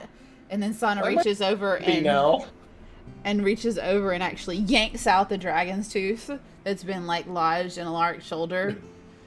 Yeah, and you see, it like a little tiny drip of blood. It was mostly through the armor, but it did pierce the skin a little bit. She's like, you're gonna be okay, and you'll have a little scar, and we'll get your armor fixed, and now you have a dragon tooth that you can make into a dagger, or keep as a momentum. Yosara? Yosara? Yeah? I saw this in some of the lore hunters. Can you, and he takes the dragon fang and hands it to you. Can you make me one of those cool lore hunter trophy necklaces with the dragon fang on it that your people wear? Is it wrong to ask about your people like that? I don't mean your people as in like... Alaric, you phrased it well, Sana says. Yosara, do you mind? I'll do my best, Alaric. Do you mind if I get this back to you tomorrow? Yeah, no rush. I just thought it would be cool. You're not wrong. They're pretty cool. Alright, so Alaric, do you know what you did to the orc? Sana says, getting his chin back on her. Made a mess of his chest. Yes, but do you know how you did it? Do you think you could do it again? And he pulls out his sword and goes, Herg! Herg! No, that's not what I meant. Okay. He puts the sword away. Okay, so we'll practice that more later because tonight's a party. But what you're doing is you're attacking and then influencing your attack to be more powerful. Does that make sense? Yeah, it was a lot more powerful. Exactly. And we're going to work on you mastering that. But for now, sword stays away. No practice sparring at all until the morning. Understand? No practice sparring until the morning. Good. Now, you can get into fist fights only. Okay. Good. Sword always sheathed. Now go have a good drink and get some food. Well done. Okay. Keep the sword away. Only use my hands. Gotcha. And he walks off. That could be problematic, Sana says to the air. Anyways, and she turns to Yosara and says, he's developing well, don't you think? I'm going to point after Alaric. That's the equivalent of who you want to put in charge of Pineland. You realize that, right? Yeah, but you can't do that. No. But I get it, and I was thinking about it, and I'm thinking that there's a few people that we know that are part of Redcliffe that could probably be in charge of Redcliffe and Pineland. That would be helpful. What do you think? Some of our people that were storming the wall with us? And as you guys are doing that, you just hear, "Oh, look at you two!" And Rex comes walking, stumbling over to you and goes, "Oh my god. She gave you tiaras? Oh, I'm so jealous. That would look amazing on me in this hair." And he plays with his long, beautiful hair. It's good to see you two are alive. Where's, sidekick? About dead, actually, Sana says. What? He's dead? No. He seemed to... He's not dead. I said about dead. He's resting. He needs heal a lot. So he's resting, and you're gonna, we'll take care of you, Rex. What's going on, man? Nothing. I just wanted to see the little guy. I mean, don't get me wrong, he owes me a bunch of money, and I owe some people money, so, the cycle of owing, but I just wanted to make sure he was okay.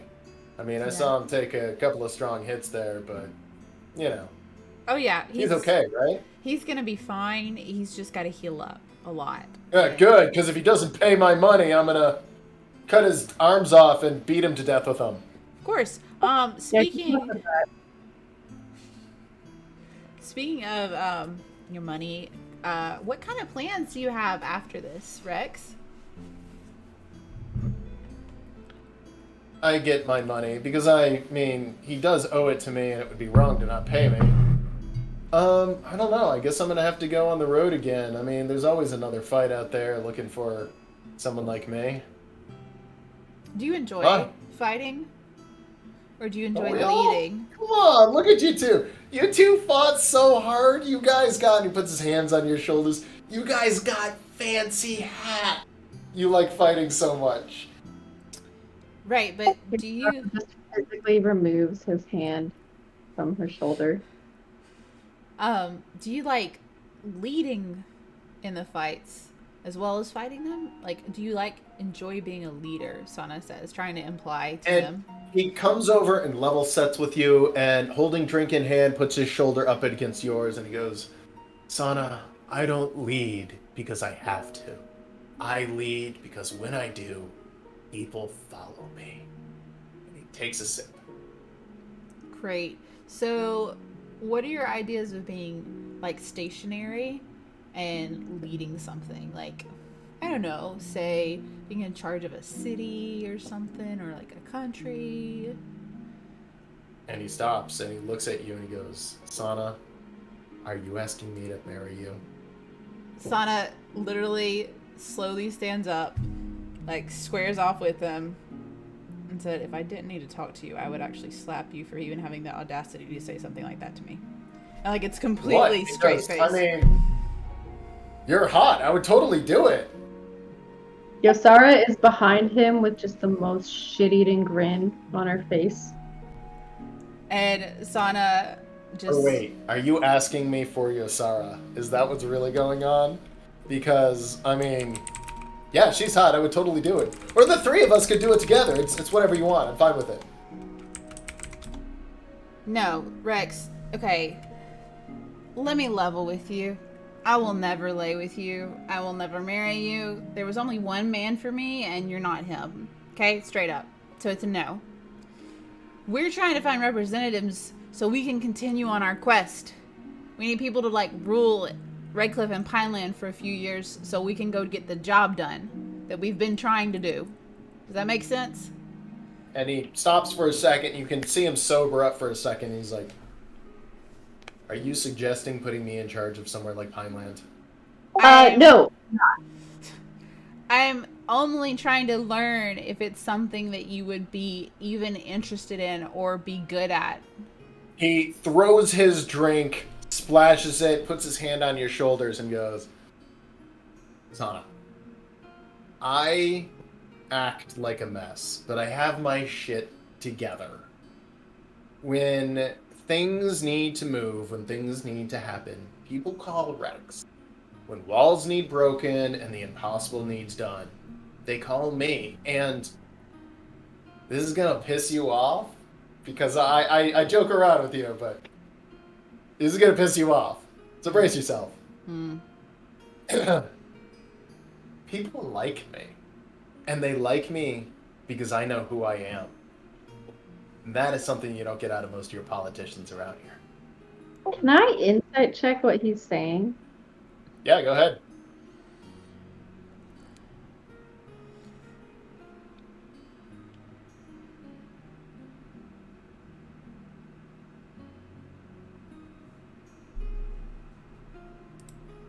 Spanish Grounds is trying to catch up. I'm sorry. I'm going to insight check as well. You don't click it for a while. Yeah, go ahead. If you don't click it for a while, it can slow a bit. Sana, you both have a pretty good read on him. He's drunk and not trying to hide it. He 100% believes that he has his shit together and he knows himself well. All right, Rex, look. We're still in a party right now, okay? It's not fair of me to ask this while you're drunk. We can talk about this more in the morning, but just know that there is an idea out there to have representatives for Redcliffe and Pineland, and your name has come up. So don't expect a miracle. Don't expect you to suddenly gain a tiara of your own. Sana says as she kind of pushes her own tiara on her head a little bit. Just know that your name has come up, and we're considering it in some form or fashion. So go have another drink. We'll talk to you later, and I'm sure Dimkin will see you when he gets awake if we don't leave festive.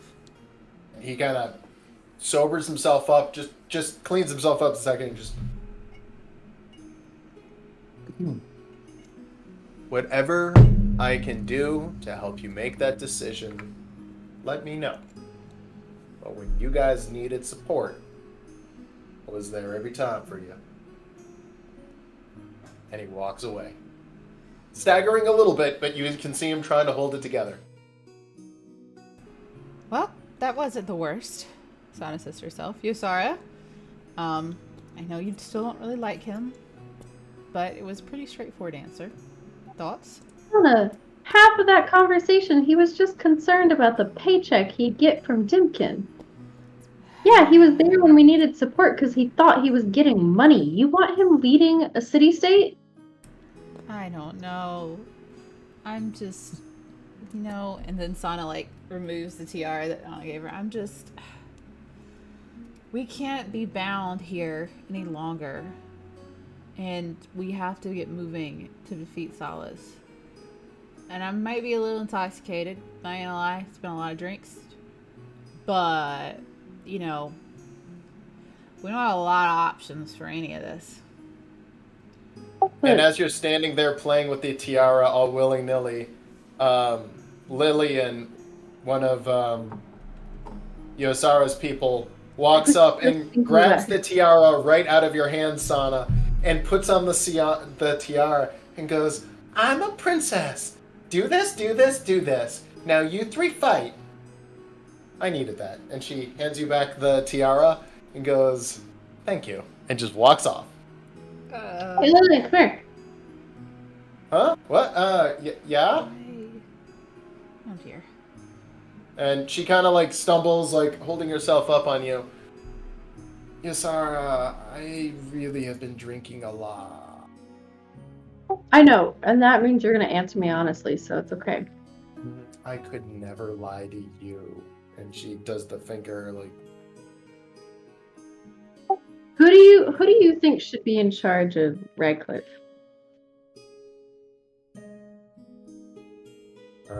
pointing to Sana. And if not just Sana? no, you're, and she puts her hands on your face and goes, "You're prettier," in a very exotic way, and I like exotic, but she's noble, and we need women like that who are willing to be the women on the wall. I'm glad you got us through it, but just seeing her up there was pretty awesome. Alright, go have a drink, Lillian. I've had all the drinks.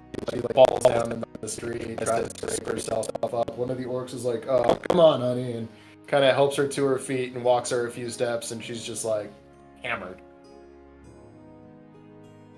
Sana, we're not gonna find anyone tonight. No, no, we're not. Sana says, just like holding the crown. We go put this back on. Let's go get more drink, and we're gonna pass out. Yep, this is the game. And then Sana places her crown and just starts marching towards the nearest, to the nearest alcoholic station, basically, and proceeds to try and get shit faced for a tiefling, which is quite as hard. you guys go to do that, you hear, "Hey, hey, hey! I need everyone pay attention to me!" And it's Xander from earlier. Xander goes, "Hey, hey, come here, all of you, you, come here, pay attention, give me your eyes, even you, Melky." And Daniel's like, "What?" Like, "Hey, check this out." You see, those of you who don't know, I'm poor farmer's kid, but I'm good with my hands. And you hear some snickering. "No, I'm good at art. Look," and he unfurls a large piece of parchment, and it's a very crude sketch. It's beautiful, it's detailed, but it's just a black and white sketch. And he's like, "I now have enough money to make this. I'm gonna make my masterpiece." And as you take a look, you see it is a time mural of a couple of different things with important events on there, including that starts off with a couple of small, almost stick figures representing yourself. In front of them is a couple of goblins. One of them is exploding, and the stick figure of Kale has this very intense look on his face. And though it is a crude two-dimensional stick figure, Kale, it looks jacked, just muscles bulging out.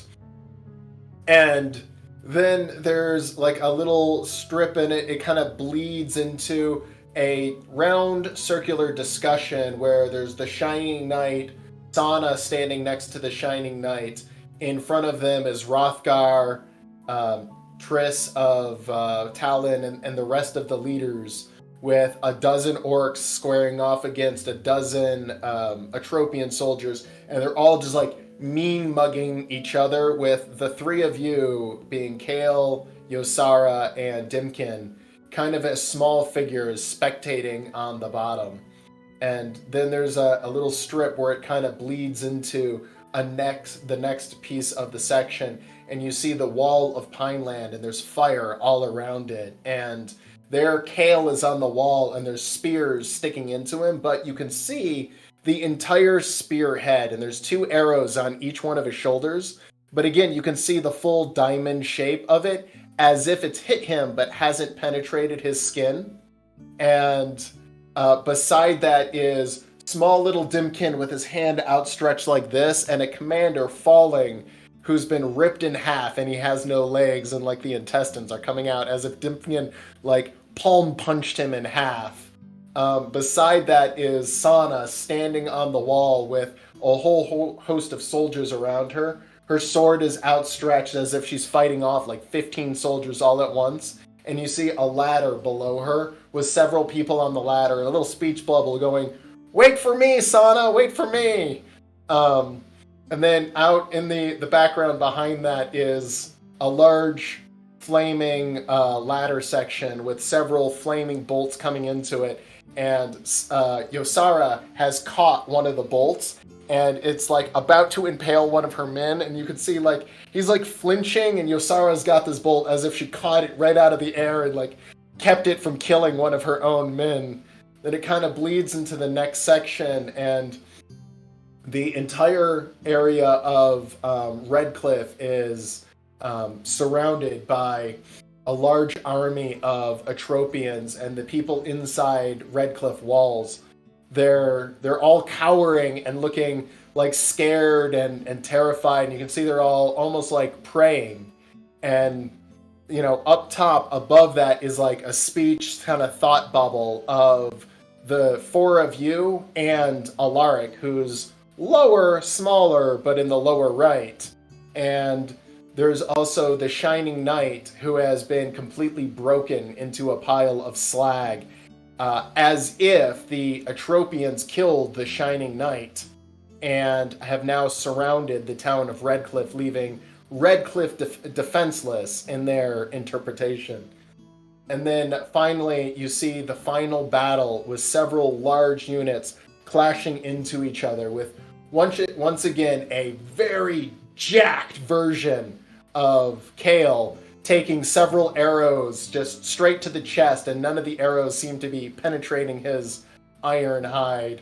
On the side is Yosara staring down several Atropian spears who are just like coming down as if they're going to completely crush you, and you're not even in a defensive position, just almost like come at me, bro, but like arms down at your side, just unflinching, even though the spears are right there in your face. They look like they're in motion. You are completely unflinching, with Sana on the side holding the head of Aethelwolf and several dead horses and scattered bodies around. And there in the lower corner is a large dragon about to snap down on Kale, who has his, or not Kale, Alaric, who has his sword out, and he's smaller and clearly no match for the dragon, but he's standing his ground with his soldiers about 2 feet behind him, ready.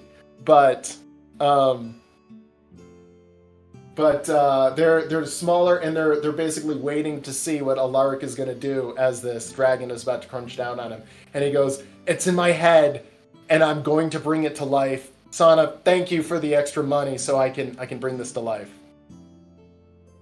Sada says, "You are most welcome, Xander. Should you need any more funds, I would be delighted to see this come to life.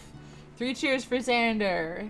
Hip hip." And then Sana encourages everyone to go hip hip hooray, hip hip hooray. Yeah, everyone is just, woo, yeah, that's amazing. And even Princess Anna, when she sees it, and she goes, "That can go across the entire front of Redcliffe if you want to make it that big." He's like, "Whoa, hey, it's gonna be a mural, but I don't know if I can do a whole keep this size." Xander, buddy, you nailed it. I mean, that's like, you got like all those little details exactly how they happen. That's crazy. Good job, man. Good job. Xander, I look forward to seeing this completed in its full entirety one day, in all the bright colors that you can find to bring it to life. Thank you so much for doing this. It's going to be amazing. Nothing would honor me more. And Xander runs away into the night as an artist, clearly inspired, but he just had to show you before you left. Love it.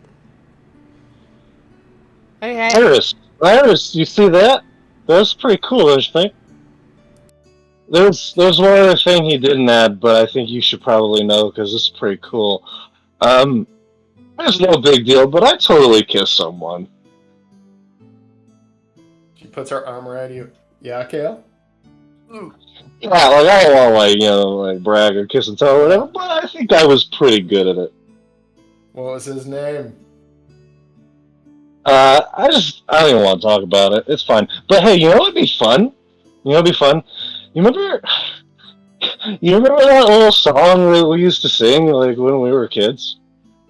You know the one.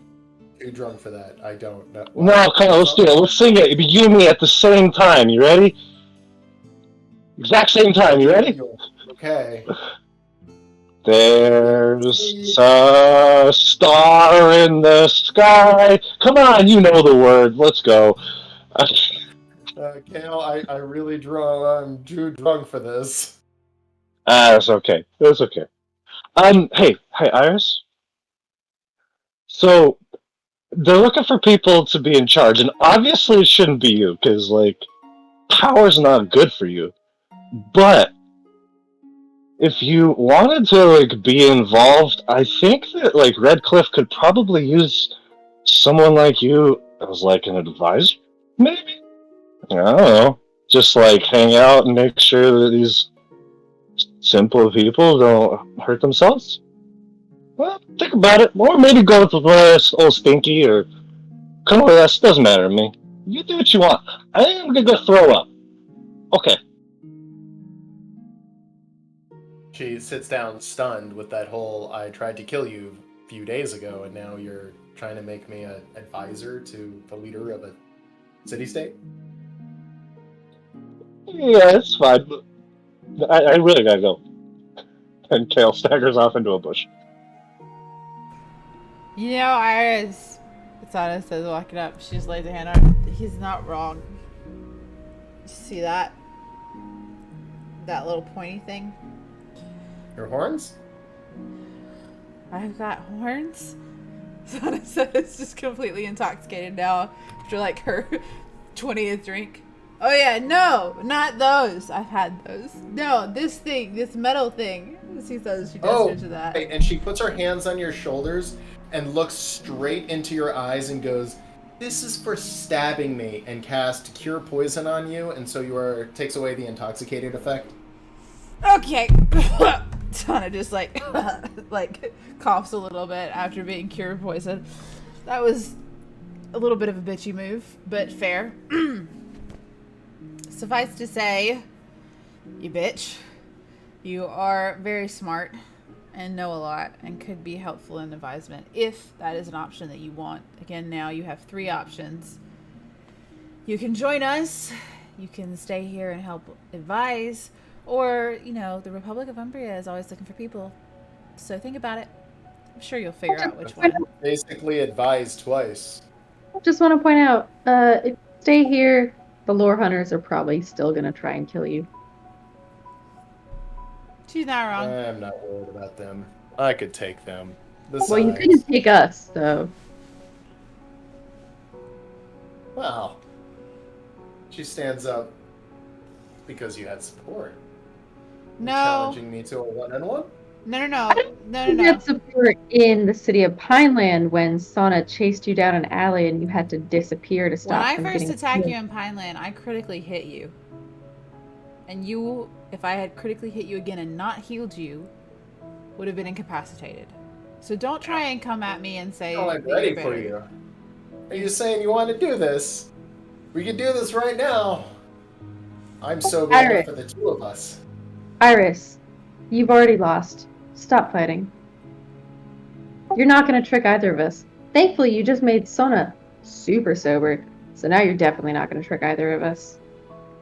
I'm not trying to trick you. I'm just saying, if you think you can take me, let's do this. I know I can, and I don't need to prove it to you. Can Sana literally, like, just step up and one punch her in the gut, basically forcing her either to throw up or almost become unconscious because of her intoxication? Yeah, you could try it. Go for it. What do I need to do? Just gotta, we'll just call it a strength roll. Oh yeah, you're up against her Constitution 7 with her 3 roll. She must have had a lot to drink. Sana literally just steps up. She pukes so fast and violently, it goes all the way on your elbow. It just... Like, it skitters past the arm onto the elbow and then it's, like, all next to Sana. The interesting thing is, right as you hear the stomach bubbling and gross noise, you also hear it coming from behind you as well, as if you're being flanked by it, and immediately as she throws up, you realize Kale is throwing up in exactly the same way, in exactly the same manner. And for the second time, you see the family resemblance. Yo, sorry, they're like Twinkies right now, Sana says with her fist still buried in Iris's stomach. And she immediately... God damn it, Sona, there's 2 of them. Yep. Dale lifts his fist and says, I finally beat you at something. I did it first. I swear. And then Sana just kind of shakes her hand out and just like shakes off the barf and just, you know, just gets rid of it, the little bit that got on her elbow, and is like, look, Iris, you sobered me up. You just chucked. You're not going to be fighting or beating anyone right now. Why don't you and Kale go try and sleep this off while we figure out the next steps we need for this plan to get into the Feywild. She curls up in the alley and just puts her head on her hand. Is like, I'll be ready for you in the morning. And just, yeah, she's done for the night. Thought so. Alright, can we put her somewhere we can keep watch on? Kale. Yeah, you can throw her in the keep. Yeah, so we'll take Kale and Iris to the keep into the room next to Keelan, and we'll let them down there to sleep together. Sana, I think I'm rallying. I think I'm good to go. Sana just... As you open the door to throw her in, you see an orc quickly throwing on his pants and running out. A girl quickly throwing on her clothes and running out. 2 humans of gender you could not identify as they throw on their clothes and run out. And 1 gnome throw on his clothes and quickly run out, but not Dimkin. Dimkin? Okay, yeah, that was our room. Thanks, Sana says as she goes down the hallway at them if they run away. Alright, let me just strip the bed real quick before we put them on there. And Sana And completes... it's use prestidigitation. There you go. Yeah. And, yeah. As you go in there, it smells like sweat, booze, shame, everything. Sana immediately opens the window and like lets the breeze come in, knowing that, yeah, it'll probably smell like a little bit of beer from the party outside, but it's better than the smell inside here. There. And so she lays them down and then says, hey, I'm gonna go check on Keelan real quick and make sure she's either not awake or still knocked out. Yosara. I'll do that. Just keep watch on these 2. Okay, fair enough. And I'll Sana meet props her you feet up. ready in the morning. Sounds good. I will stay here and rest my eyes for a bit. Give me a Constitution save with disadvantage. Me? Yeah, Oh, okay. Why? That's what I want to know. 'cause you're about to fall asleep. Oh, okay. Because you said rest my eyes, and... Oh, no, you're good. You power through. You're still awake if you want to be. Yeah. As you go in there, Keelan has come to consciousness and is sitting on the pillow. Literally sitting on the pillow. Kind of like hunched over in what seems like pain. As you can tell, there's been some damage all over her body. As you come in, she just kind of opens up one eye. The other one is swelling shut. She leans back on the wall. Well, you didn't finish me off. What do you want with me? I'm just gonna close the door, sit on the floor next, like in front of the door, opposite of her. I want you back, if that's possible. Believe me, if it's not, I'll finish you off if I have to. I just don't know. Being close to that bow for so long has... Well, Solace, he's a creature of power. They all are. All of the Fae. It's... Spending too much time there as a mortal? It's hard. What did you trade Solace for? Well, I was caught between a rock and a hard place. I was trying to get back to Tatiana. And when we met, I had limited mobility through the Fae, and sending you depleted my ability to move. The people who were after you, I thought they were the ones... Well, I thought I thought they were only after you. I realized after a brief fight, they were more interested in the Fae than they were you, and realizing I had knowledge of it, they wanted things out of me. And we fought, I lost. On my retreat, it was either bleed to death alone in that cave or cut a deal. I can't say I blame you. What did you trade him exactly? Well, since my life was about over, all he asked for was service. Just service? No conditions? That was the condition. I got to live, but I had to serve him. Meaning while you're alive, you have to serve him. Yep. Do you want that? I mean, no one wants to be a slave to a master, but... Well, for me at the time, it felt better than dying. Suppose I could kill myself at any time if I really wanted to, but... Solace isn't the worst of masters out there. My job is more of a messenger most times. I mean, take this recent conflict. All I had to do in Pineland was give them information.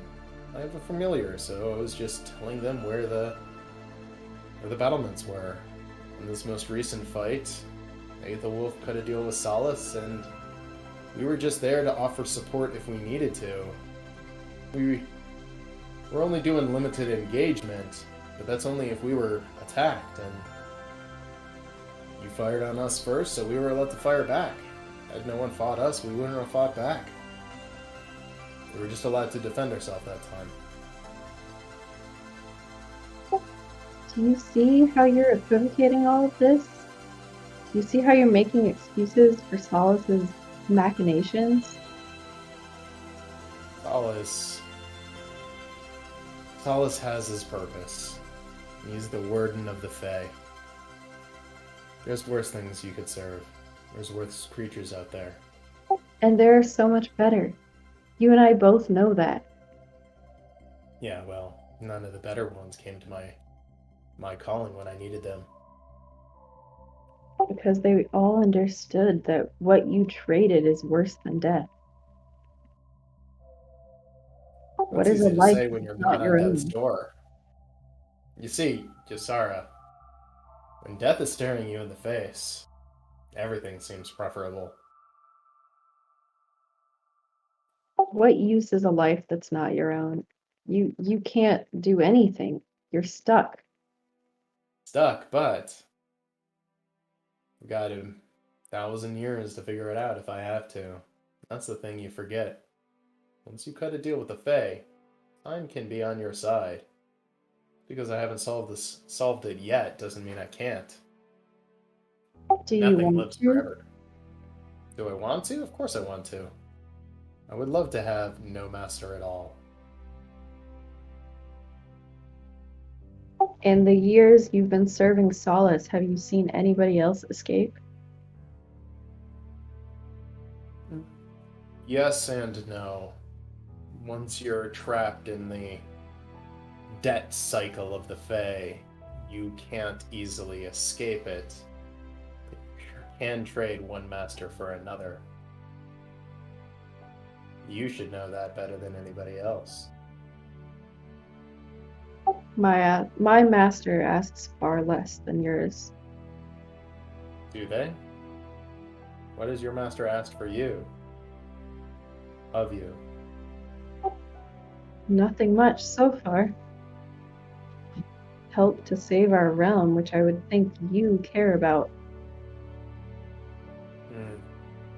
The master you serve is sometimes complicated.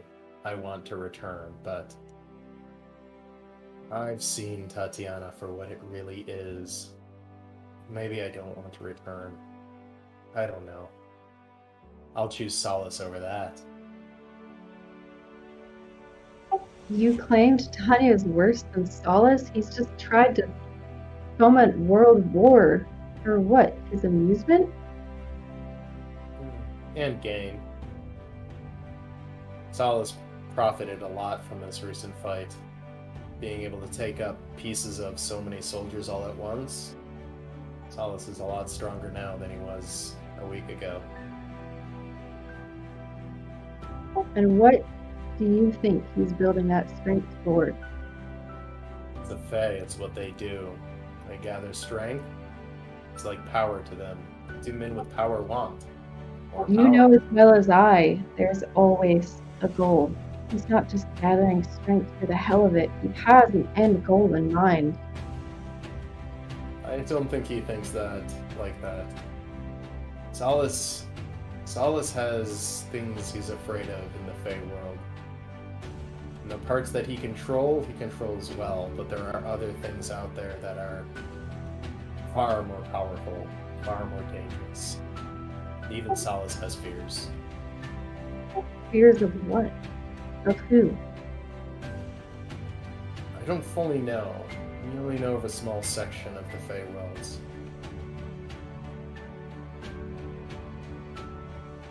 Tell me, and maybe I can find a way to break Solus's hold over you. You want to break Solus's hold? You'd have to break Solus. So tell me what he fears. Tell me who. He fears other creatures of the Fae that are stronger than him, but do you want to trade one master for another? This is the conversation we were just having. I already have my master, you know that. No? Is that the master that you want ruling the Fae?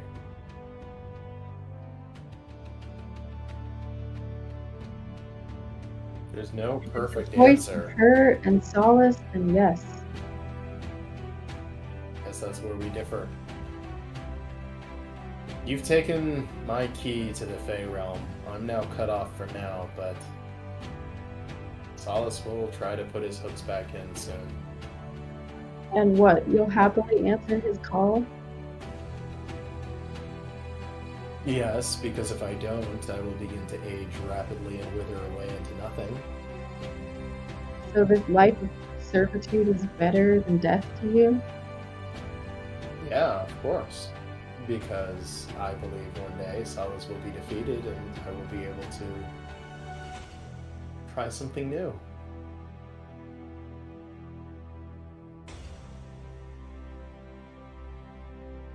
At least I know where you stand now. Yosara's gonna get up and go to walk out of the room, close the door on Keelan. And as you go to close the door, she just said, "What would you have done?" I would have died. The Keelan I knew, I thought would have done that too. I'm gonna lock her in the room again, and Yosara's gonna sleep in front of the door. All right. Anyone else want to do anything before y'all pass out? We're already there. Kale and Iris are already passed out, so Sana actually will stand up and walk outside and see Yosara sleeping in front of the door, and will just understandably nod and then proceed to sleep out in the hallway as well, just in front of Kale and Iris. As everyone is about to go to sleep, Princess Sana walks in and goes to you, Sana, and kind of comes down, drunk as all hell, and goes, "Where's Kale?" He's asleep, Anna. Okay. Follow me on this. I would do something really funny. Uh-huh. What you got in mind here? I want the room with Kale. Don't worry, I won't do anything to him.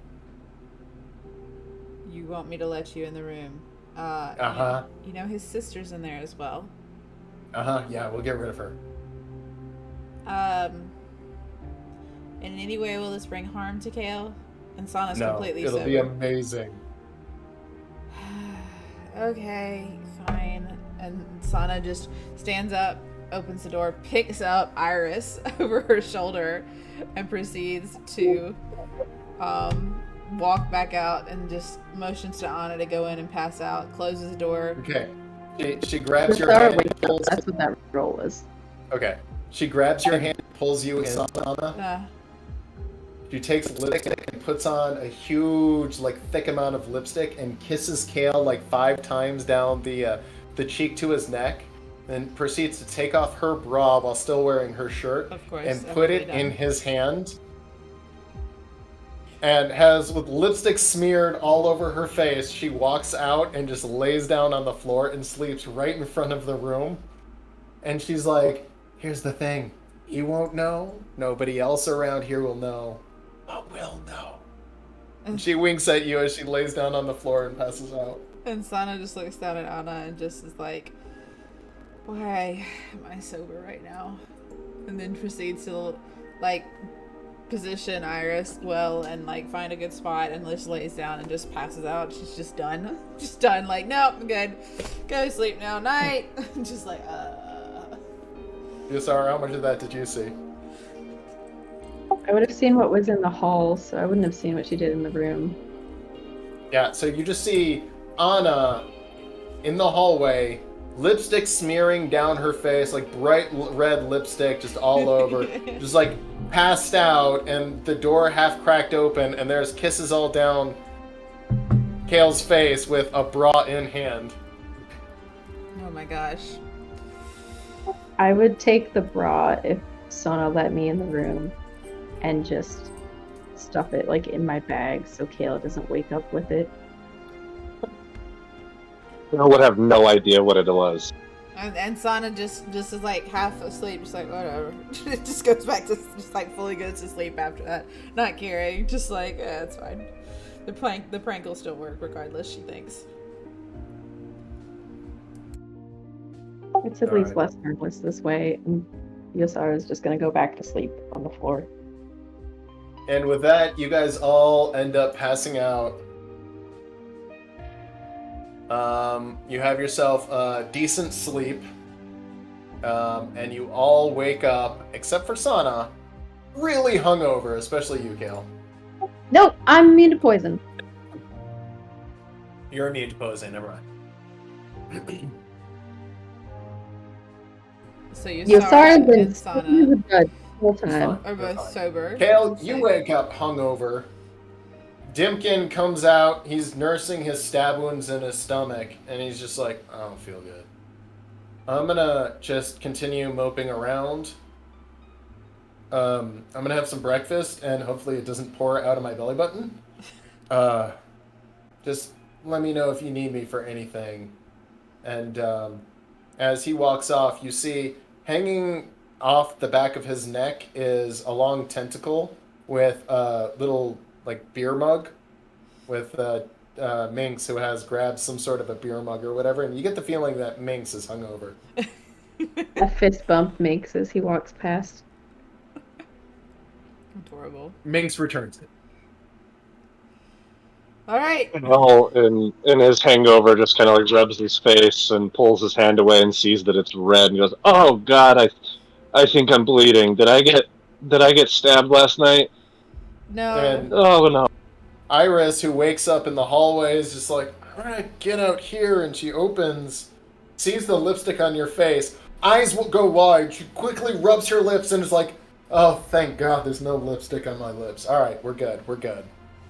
And Sana just is awake and just goes, "Here, Kale," and she holds up a dagger and shines it in him so he can see his reflection. It's like, that's not blood.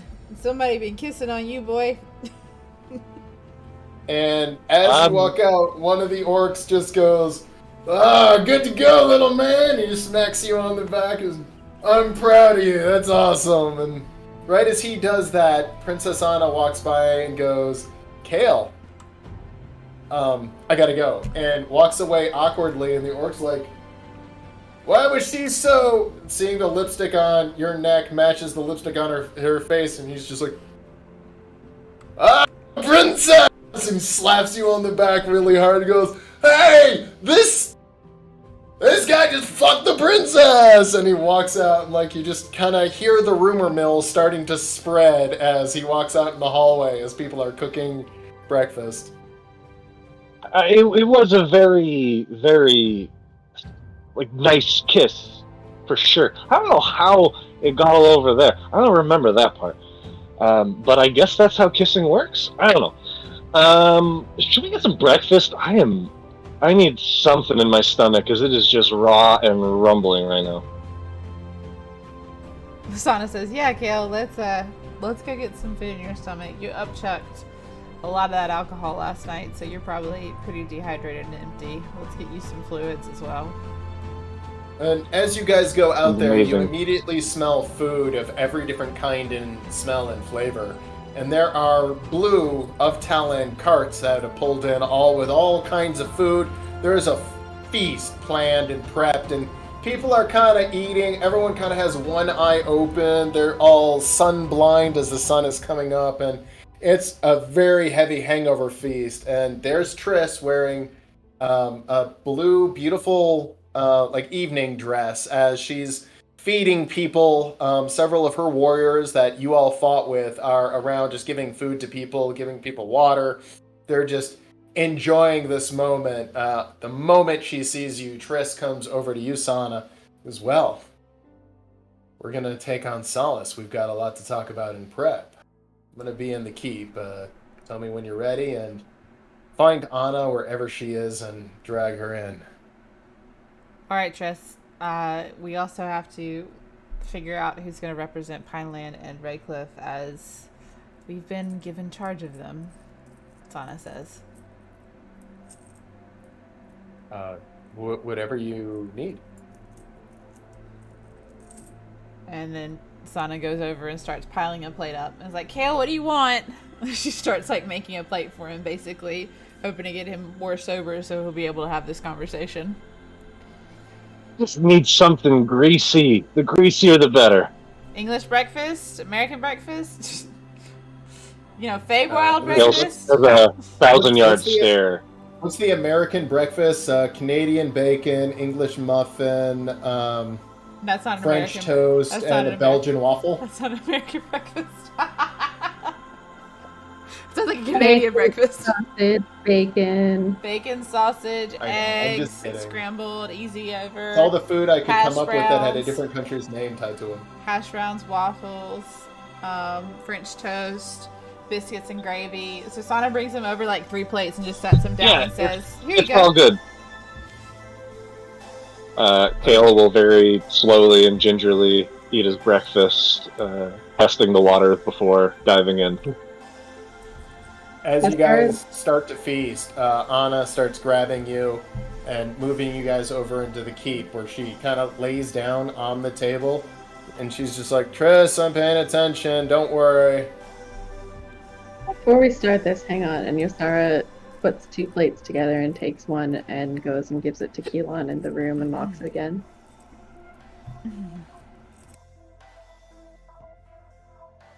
Good on you for feeding her, Hey. Yosara. Sana says when Yosara gets back. Well, it's basically a coin flip of that or just killer, so. Fair. Matriarch Triss, you have a lot to be proud of from yesterday's battle. Your archers were instrumental in our victory. I dare say we wouldn't have done half of what we did without them, so thank you. I hear you brought back everyone I gave you. Thank you. I owed it to them, to you, and to those that I've let down in the past. You see that, Gale? It's called growth. You made some mistakes, and you didn't repeat them. I knew I liked you. Thank you. I don't really know how I feel about you, but your archers, they're top-notch. Well, I can tell somebody likes you, and she wipes her hand on the lipstick on your face. No, that's just blood. It's fine.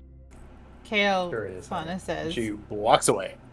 And Sana hands Kale a napkin and goes, "You might just want to wipe your whole face off, because it's not blood, it's definitely lipstick that somebody's been kissing you. You've been kissing somebody, honey. I don't know who. Just clean yourself up a bit." Yeah, Can you do the prestidigitation thing? Can you help me? Dimkin's like, yeah, sure. And he cleans off the wrong side of your face. Thank you. There, he's also removed all the hair, so you'd have to shave again on the other side too.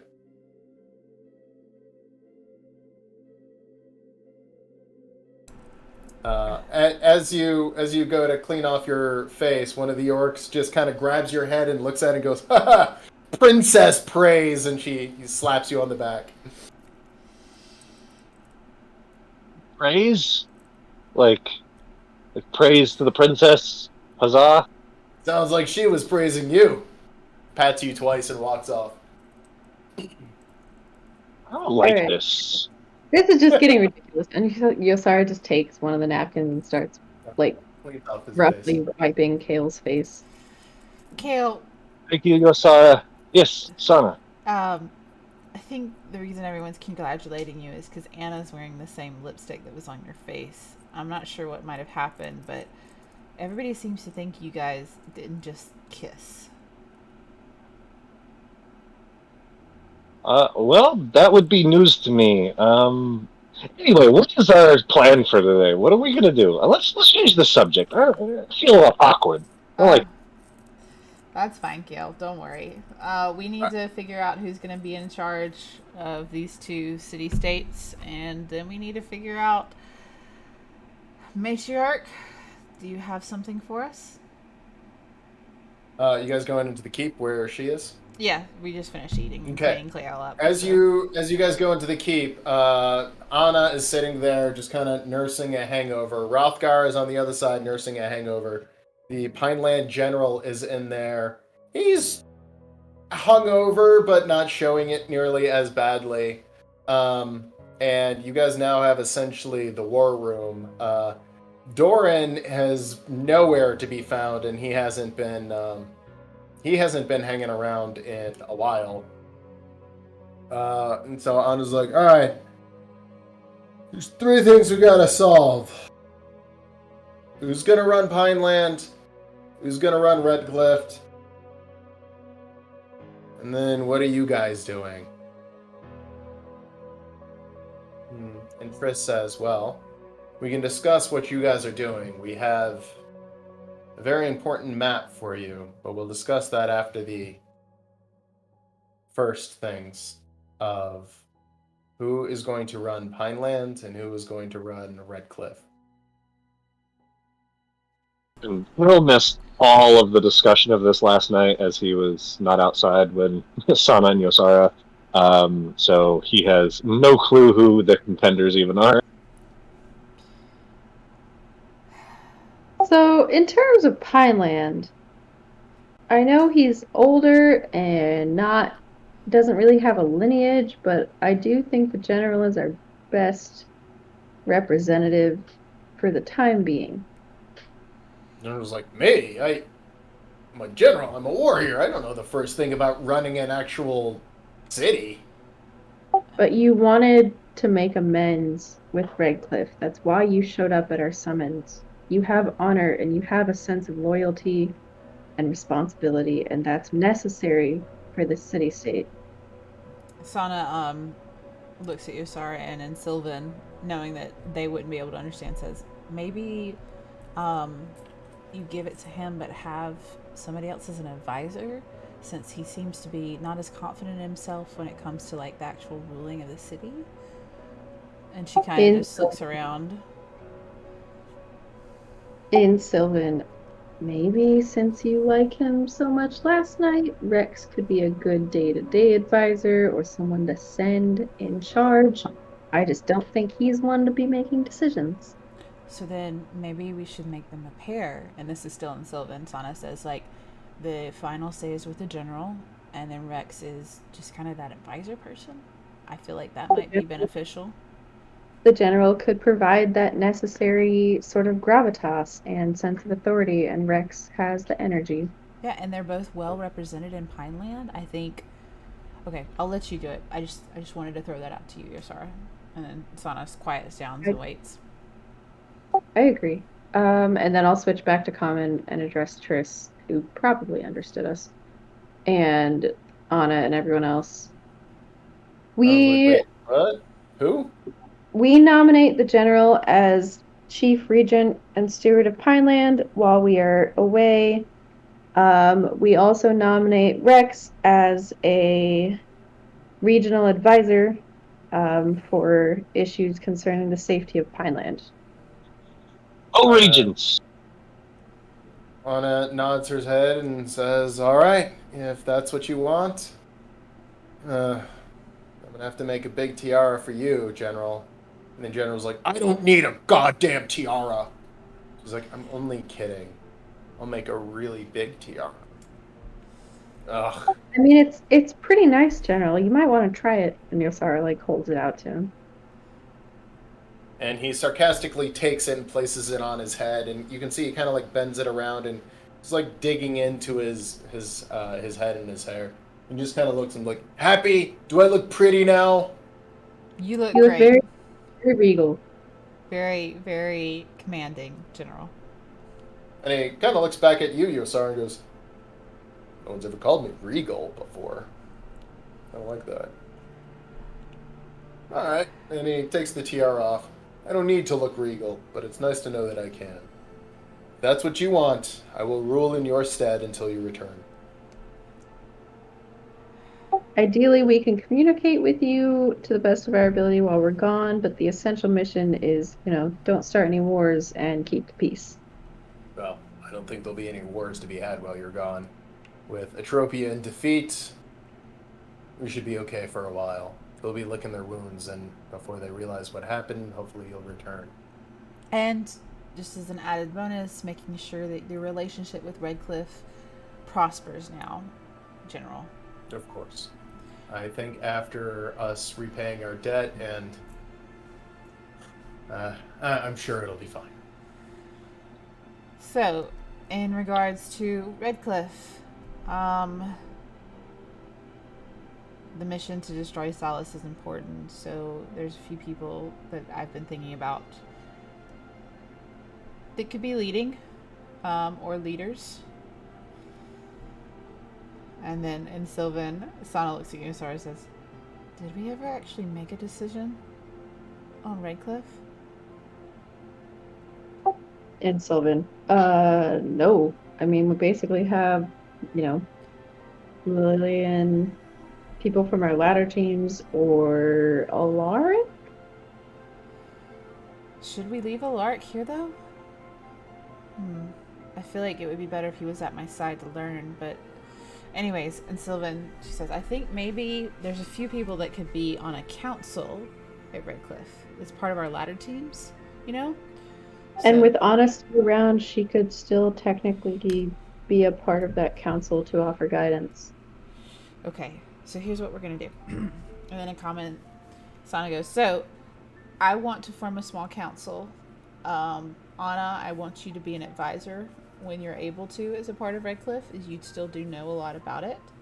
I think Orlando, as he is a local doctor and continue to learn, has a good insight. I think Lillian and Athena should be on the council as well. And lastly, and Sana just kind of is trying to think back to who all she knows in Redcliffe that would be a good example.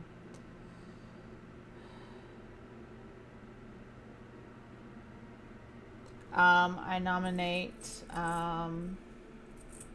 who's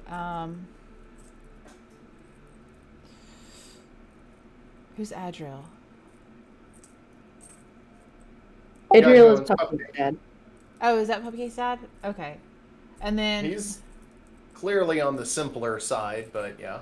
Okay, so with Anna being an advisor, Orlando, Athena, Lillian, and Adriel will be the four who come together and make the decisions in Redcliffe.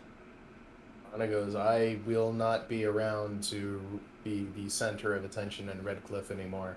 While they are my town and my people, I want what's best for them, and what's best for them is to have somebody ruling in my stead so they can make decisions." Well then, I think instead, Iris, would you like to be an advisor to Redcliffe and a part of that council for what's best for Redcliffe? She's not there, but you could appoint her. But would she want to? That would be the question.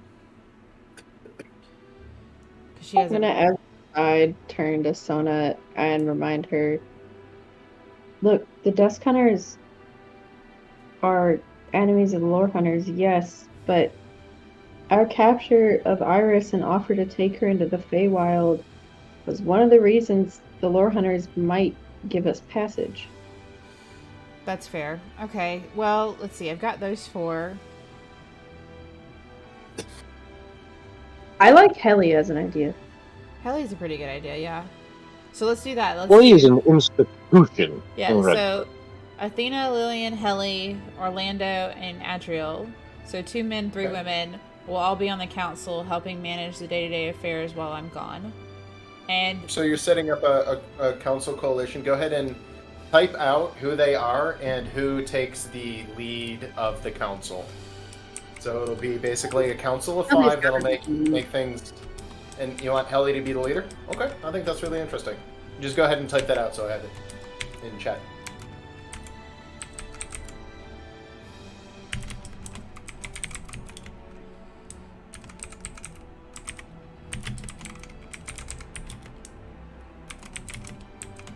Alright.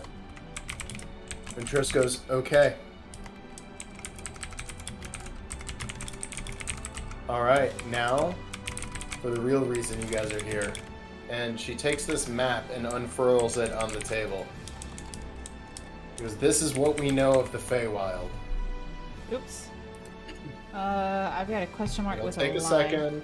Take a second every time. Just that was the first time I've seen it with a line through it. That's all I was saying. Oh. For viewers at home to know, too. Yes, Yeah. for all of our viewers that are here hanging out, sometimes the maps take a moment. I didn't think this map was that big, actually. Let me, okay, there we go. Woo, okay. It just appeared. That's a lot of plates. You like plates, Yosara shouts out immediately. Cress smiles and goes, yes, it's like cups around a table. If you'll notice, every Feyworld can touch 3 other worlds. No more, no less. They all touch 3. These dark ones on the edges are ones that we either haven't scouted or the scouts haven't returned. You'll need an entrance in somewhere close to the mortal world, and the mortal world is here represented in green. The physically closer it is, the easier the worlds are to jump to from the mortal world. Which one is the mortal world? Sana asked. The green on the outside. Oh, here, on the outer edge. As you'll notice, the mortal world isn't like a plate. It's more like a dinner table cloth. But it only covers part of the table, as the deeper into the Fey world, the further you are from the mortal world, and potentially the more hazardous things can be. Close to the edge, the rules are more standardized. The further in you get, the stranger things become. The more powerful things tend to be. What you'll need to do is plan a series of jumps to get to Solace's sanctuary.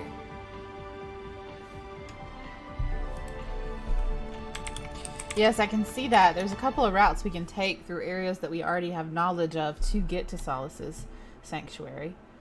The fact of the matter is, which world would be the best to start with to get there? I'm assuming we want to minimize jumps. It's up to you guys. Well, I do have some knowledge of Warrior's Playground, and it is, based on this, looks like it's just about the closest one. If I understood that correctly, the easiest to get to. We could definitely start there, Kale. That is a good idea with your knowledge. It seems a better starting point. I honestly don't like the sound of a silent C or the slurp. Just a personal preference with the names that you've given them, Triss. I absolutely love the name The Slurp, and I want to know what that's all about, but Not so much so that I'd be willing to risk whatever it might be, or go out of the way. Well, But if we did Warrior's Playground to Cinderland, and you know the temple, right, Sana? yeah, it'll be interesting if we go through the temple. But the temple does give us a direct route into Salus's sanctuary. And if we have to, we can always go to Tatiana's prison first and then go back to Cinderland beforehand. Yosari, if that's something you feel like we need to do. I mean, we can. I'm worried about going between too many, though. If we start with Warrior's Playground, we have to travel between a minimum of 4 plates to get to Solace's sanctuary. That's true, and yet there's no other straightforward path that I see that could get us there. Silent Sea to an unknown place. It's true. We could do the unknown.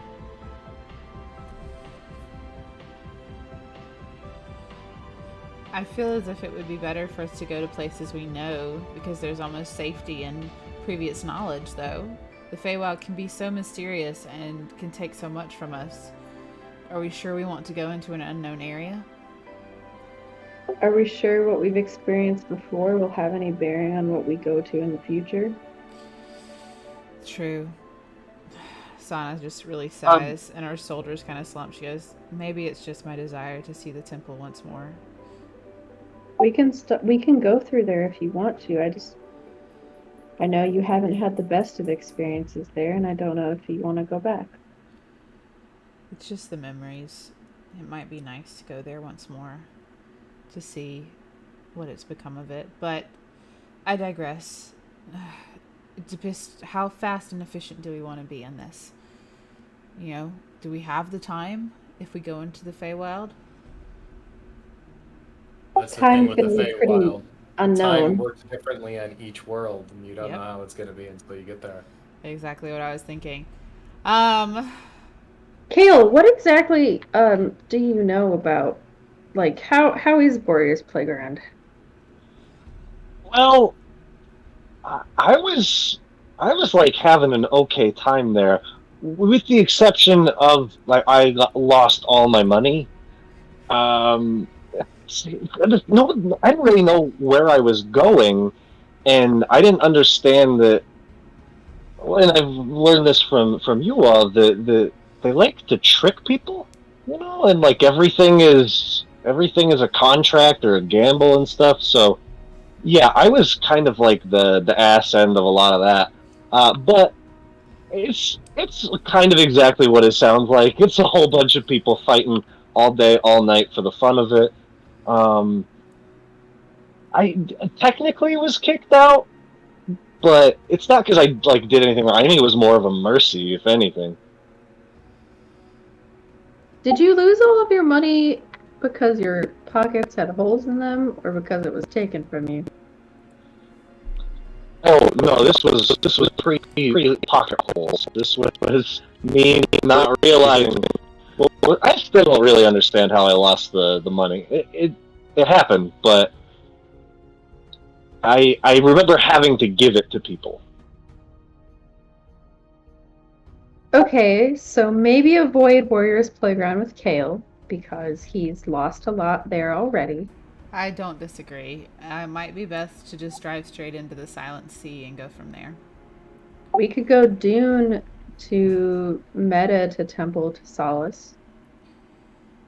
Yes, we could.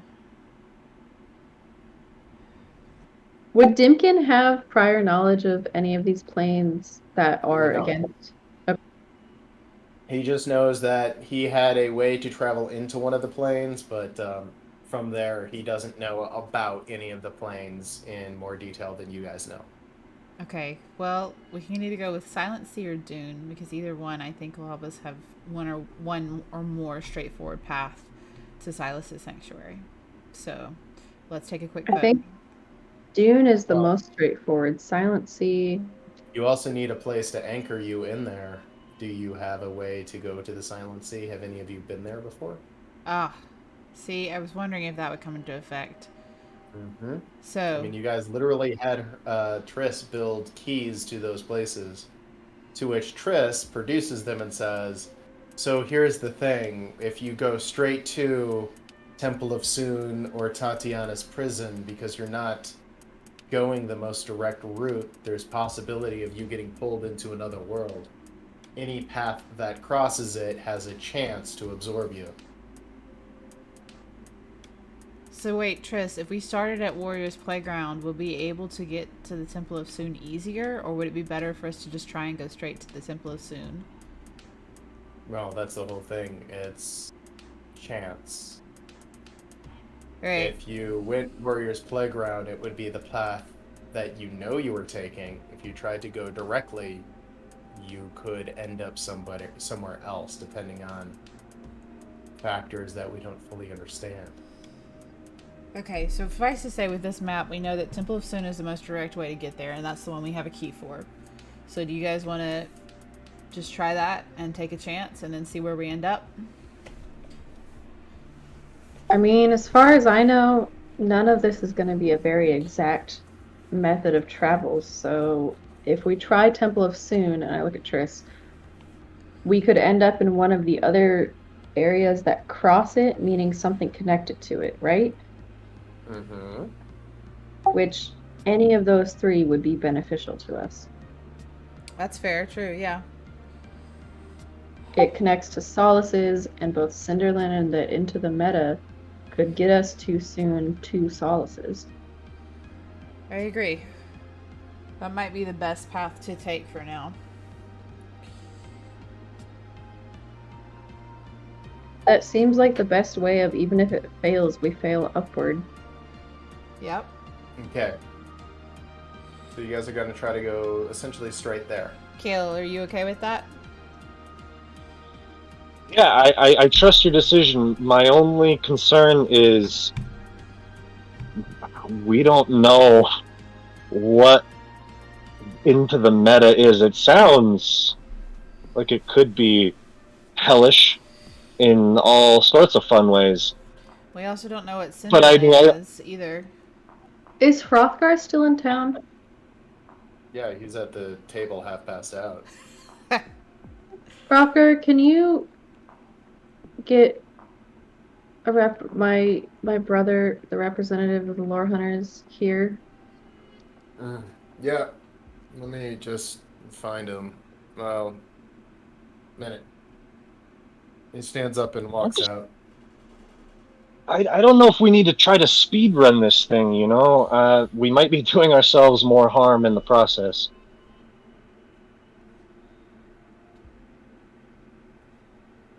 As useful as the keys that Triss has made us are, if we can get help from the Lore Hunters with the bow, it might make it easier to travel. True. Because that is a very powerful magical artifact, and so that could be more beneficial. After a time, two of the lore hunters return, with a third one being the one, your brother, the one who has the bow, is not with them. Damn. Yes.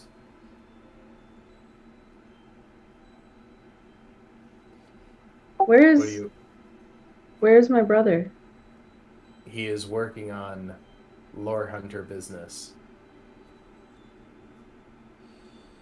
Sounds like we've covered most of that for you guys. Mm-hmm. So I'm guessing the bow is with him? Yes. I talked to him about a deal yesterday, before the party. Yes. And we are working on it.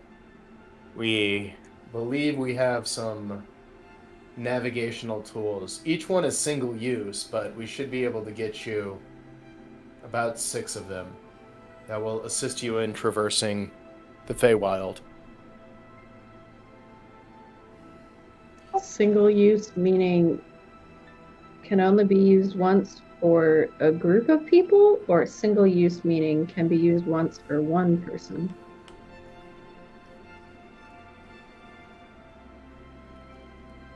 A small group of people. Each one could be used for a small group. It might be worth waiting to see what they have, guys. No, I don't disagree. I think the biggest thing is, what's the time frame here? How long is it going to take y'all to create something like that? We already have them created. So you have them here now? They're on their way. How long will it take for them to get here? A few hours. Okay. What do you want in return? Artifacts from the worlds. Understanding of what they are. If we do provide you with these, we expect you to use them and assist us in gathering artifacts and weapons to help defend ourselves should the Atropians try the same. Alex is slowly dying in the background. I just look at the rest of the party. I mean, that sounds kind of fair to me, guys. If we did So, provide you with also- we would expect you to use all 5 to travel to different worlds. Here's what I was thinking. So, when we met Solace at his palace, like, he was already, like, so powerful and could have killed all of us if he wanted to. And he's only become stronger. Like, I feel like if we just try to go straight there, we're gonna get our asses handed to us on a silver platter. I think these artifacts are, I don't know, they might help us in our end goal here. Well, we definitely gained more experience by traversing through multiple realms before we got to Solace's sanctuary. We'd get to know the Feywild a bit better as we got there, too. And as they seem to want, we'd be able to collect more weapons and more artifacts to bring back to them. Right? The more spots we travel through, the more intel we can bring back. Yep. So I mean, let's just pick one and start there and see what happens and traverse to all the others, you know? What I need to know is your predicted path as each one of these is. And this is a DM thing. I need to know what you guys are planning because each one of these requires its own content building. I have an idea of what I would do for each one of these worlds, but bringing it to life requires a little bit more. Finesse. Yeah. Well, I mean, you want me to... Yeah. I mean, I'm creating its own world with unique sets of rules and logic and all that. That's not something I'm gonna just ad-lib on the fly. No. You mean you don't improv an entire world? I've got 18 worlds you guys can go to. It's up to you on which ones you want me to bring to life. Well, the only problem is our keys only go to technically 3 of them, right? You do have 3 keys designed to go to them. If you are on a world that borders it, you can go there easily. If you are the further away, the more jumps away, or the more distance you are. If you're in the mortal world, it's distance-based. If you're in the Fey realm, it's jump-based. The greater chance of failure, and I keep saying chance because you will roll for it to see how well it works. Right. On a percentile die. And depending on variables, there's a little formula I have built that'll determine if you're successful or not. So it's literally up to chance. I almost just want to take chance. I want to take the extra stuff from the lore hunters and just chance it and then see where we land. Is that bad? Because I really kind of just want to do that. No, I just want to ask the lore hunters about their artifacts a little bit more, because we know how Triss's keys work now. Yes, that's true. That's fine. That works. Ask away. Ask away. The way these works is they're similar to tuning forks. They allow you to make one leap with a small group. However, we're going to give you one to try to return you to the mortal world should you need it. So we have, you said that there's, what, 5 of them? Provide you with 5. But if you take them, you're expected to use them, meaning you've got to go to at least 5 worlds. That does not include the ones you have guaranteed. So if you go to 5 worlds and you use 3 of yours, that's fine. But you have to go to at least 5 worlds. 5 worlds including Solace's Sanctuary.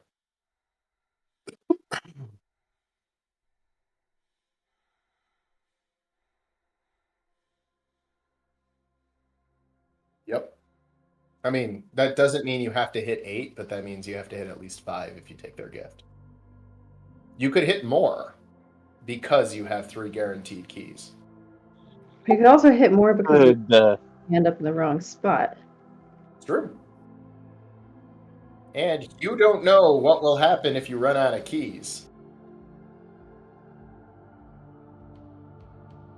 So, yep. The artifacts from the lore hunters, one is Yes. specifically again, from the mortal world. It's designed to take you to the mortal world, but like everything, the further into the Fey realm you are, the greater the chance of something going wrong. Nobody can hear me. I think then if we go ahead and shoot for further in, we just take ourselves back out and we hit the world so we're close and we can make sure we can get back. Does that make sense? Yes, I also think, I know that it's unknown, but if we go Silent Sea to unknown... We don't have a key though, right? We don't have a specific key, but then on the way back we have 2 specific keys. Temple, and then Warrior's Playground, and then Mortal World. Well, we also have a key to Tatiana's prison, don't we? Yes, but that doesn't connect to Solace. No, it doesn't. Or anything that connects to Solace. Well, I'm fine with either. I'm fine with whatever. So we could start either Dune or Warrior's Playground, go into Solace, and then try and pop out through unknown stuff. Or we could start the opposite way around. Kale, what do you want to go to first? I wouldn't mind heading to the playground. I got a couple of people there that I don't know if they're still there, but might be interesting to meet up with them, see how they're doing. Okay. I think, Sana, I think you would have a hell of a time. You'd be awesome. I've been thinking about that ever since it said the Warriors Playground. Let's just go there first, because that'll be the easiest. We can go in, and then we can come back out. We've got multiple paths that go through, and we don't have to discover ones that are, undiscovered. We can just use the realms that we know. Clarification. When we're in the Feywild, the keys work for either what they're designated for or things that are connected, right? Correct. They're going to give you 5 general keys. You can use them to make a leap between 2 connected worlds. Ah. If you try to use them for an unconnected world, there can be complications.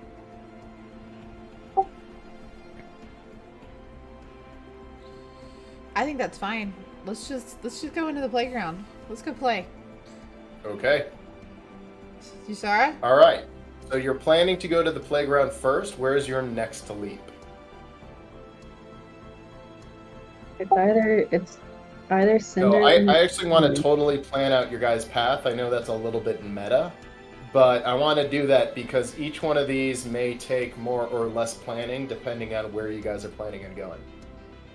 It would either be Cinderland or Dune, and it would be going from Warriors to the Temple to Solace, it looks like. Okay. Unless we went Dune, Silent Sea, unknown to Solace, which would mean we stayed near the outer edge. Now remember, they did say that nobody has returned from the unknowns, or they have no one survived or no one came back, so... Fair. I'm not saying you can't, I'm just saying that's... Literally, no one's come back from those. That could mean they're incredibly dangerous, or because they're on the outer edge, they're harder to get back from. True. Exactly. Alright, so let's say Warriors Playground, Cinderland or Dune. What you guys think?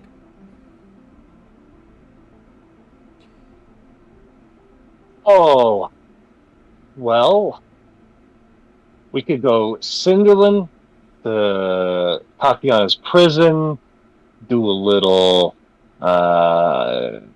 Red Sky to Burning Desire to Ice Crush to Solace's Sanctuary. Finish it up with a little Temple of Soon after we've already kicked the shit out of Solace, and then hope and pray we can get back home. That's the end of our keys if we get to the temple with that. Yeah, that's a bit long. I like where your head's at, though. Or we just use the Temple of Soon key to go straight from Solace. Hope and pray. I don't know. What think that's going to happen when we kick the shit out of Solace? We might become gods of the Feywild. Oh, that Kale. I like the sound of that, Sana says. Alright, let's go,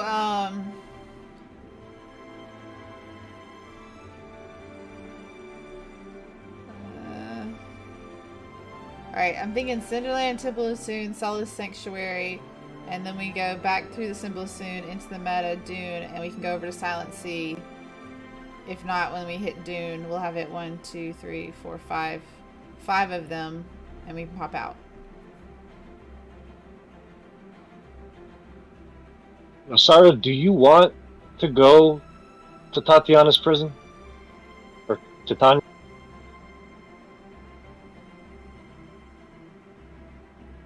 Yes and no. I know it's not really in our path, so if we can't, that's fine. Does it count if we jump into a world and then out of it and then back into it? Yeah, that would be 2 jumps. No, I mean like as far as like in what the Legion wants. Oh. No, that would not count. They want 5 different worlds. Okay, I just make it sure. But if you guys had used your own keys for those places, it could be done. You could still maintain your number. Well, yeah, you know what we could do is we could go Warriors Playground, Cinderland, Temple Soon, Solace. And then we can use Tatiana's prison key and jump over to her place, right? Because even though that's not connected, we can still technically jump into it, right? There's just a higher chance of failure.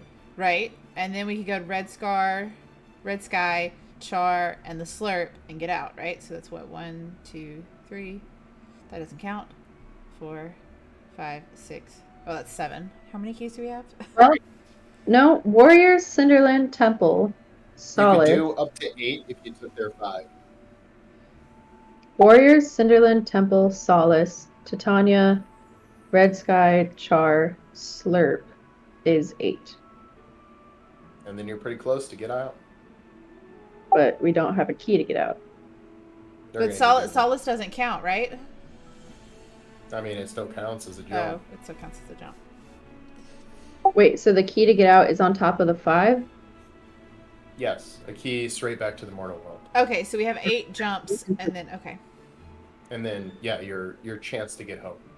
I don't know. I like that, because we get to hit a lot of worlds. What do you guys think? There's always the chance that Solace to Titania's is going to throw us somewhere else. But we will still have, by that time, we would still have at least 5 left. Or 4, We'd have 4 left. 3 keys and an exit left. Okay, well, 3 keys and an exit. But as long as we can get close enough to the green and the outer edge, we can exit easily, I feel like. Much more easily, yeah. So it's Warriors, Cinderland Temple. Yeah. Temple, then Solace's Sanctuary. Yeah. Alright, then your risky jump to Titania. Char, Red Skies. Alright. Alright, that's your path. Kale. Yeah. Yosara, I think that sounds great. Okay. Alright, you have your established path. This is your last chance to change it.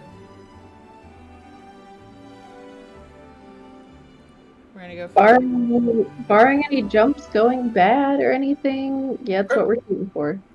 I like it. I was a little disappointed when you were trying to speedrun it, but at least now you're hitting multiple worlds, because that's what the next phase of this campaign is going through the Feywild, and if you're like, let's just do 2 jumps, I'm like, well, that's lame. You're literally going through a bunch of different worlds. Don't you want to explore? Well, we just had to be enticed by the lore hunter's opportunity for more keys. We were thinking we only had like the 3, and we were gonna try and get there. and kill the big bad. Yeah, and I think that number of worlds is good. Any more than that, it might get a little bit too out there. But, all right. You guys have your... Yeah, can Iris come with us? Now, I was going to say, now let's talk about...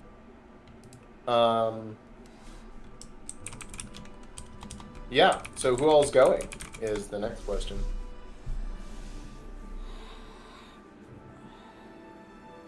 Us three, Dimkin, Iris if she'll come, Alaric if Sana wants him. I think Alaric should experience the Feywild and the mysteries it offers, because I think he will learn a lot. I do worry about his safety, but the fact that he is developing his skills and has already learned a smaller version of the smite ability, I think he would be a good asset to have. All right. And Iris, you're going to ask Iris to go? We'll offer her the chance if Kale's okay with it. Yeah, I think it might give us a chance to do some, I don't know, some long overdue bonding. Try to repair some bridges. That's fair. All right. Yeah. So upon asking, she just goes, yeah, anything to get out of this place. I would love to just leave. And, you know, if we hung out, maybe we could bond a little.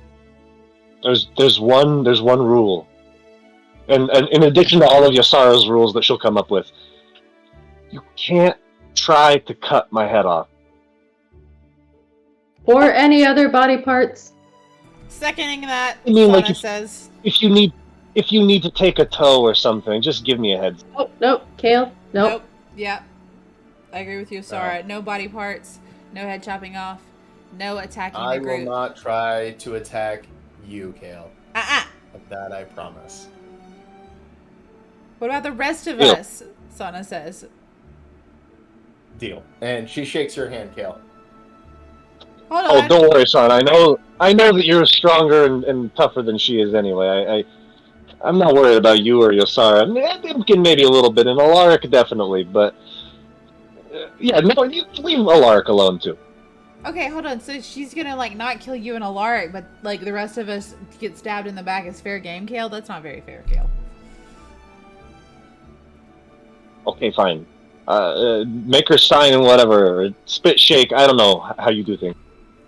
I have no reason to kill any of you now that I'm not working for Atropia. And honestly, I never wanted to kill any of you.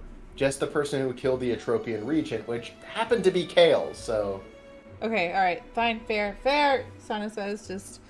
Can I insight check that? Just... Yeah, technically, it was chilly, so I didn't kill anybody. Except that one goblin and Parseval and, a couple of other soldiers. She's definitely very well versed in the arts of lying and things like that, but she does feel pretty honest. Alright. You can come with us under those conditions, I guess. Before we leave, I'm gonna go try to talk to my brother, though, and I look at the other lore hunters and ask if they can show me where he is. He's bringing the keys. He'll be here soon. Before that happens, there's a few things that we need to resolve, and I hate doing this without him, but... Who is going to take over Dimkin for the next 3 minutes here? Okay, I'll take over Dimkin for the next 3 minutes. Alright. Why? And we're only doing this because there won't be another chance. I hate it when someone else plays someone else's character and stuff like this, but I think it's important enough, and I want to see how this resolves. Well, unless Kale wants to do it. Kale knows Dimkin better than I do.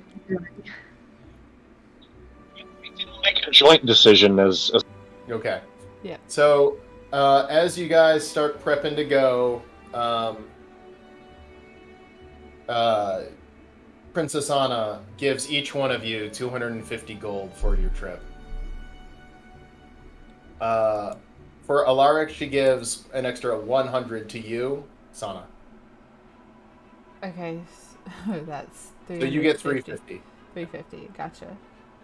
As you guys get ready, Princess just says, A lot of the Fey world values gold. Just you may need it, and unfortunately, we don't have any equipment or weapons that would be superior to what you have now. But moving through their worlds, you may need this.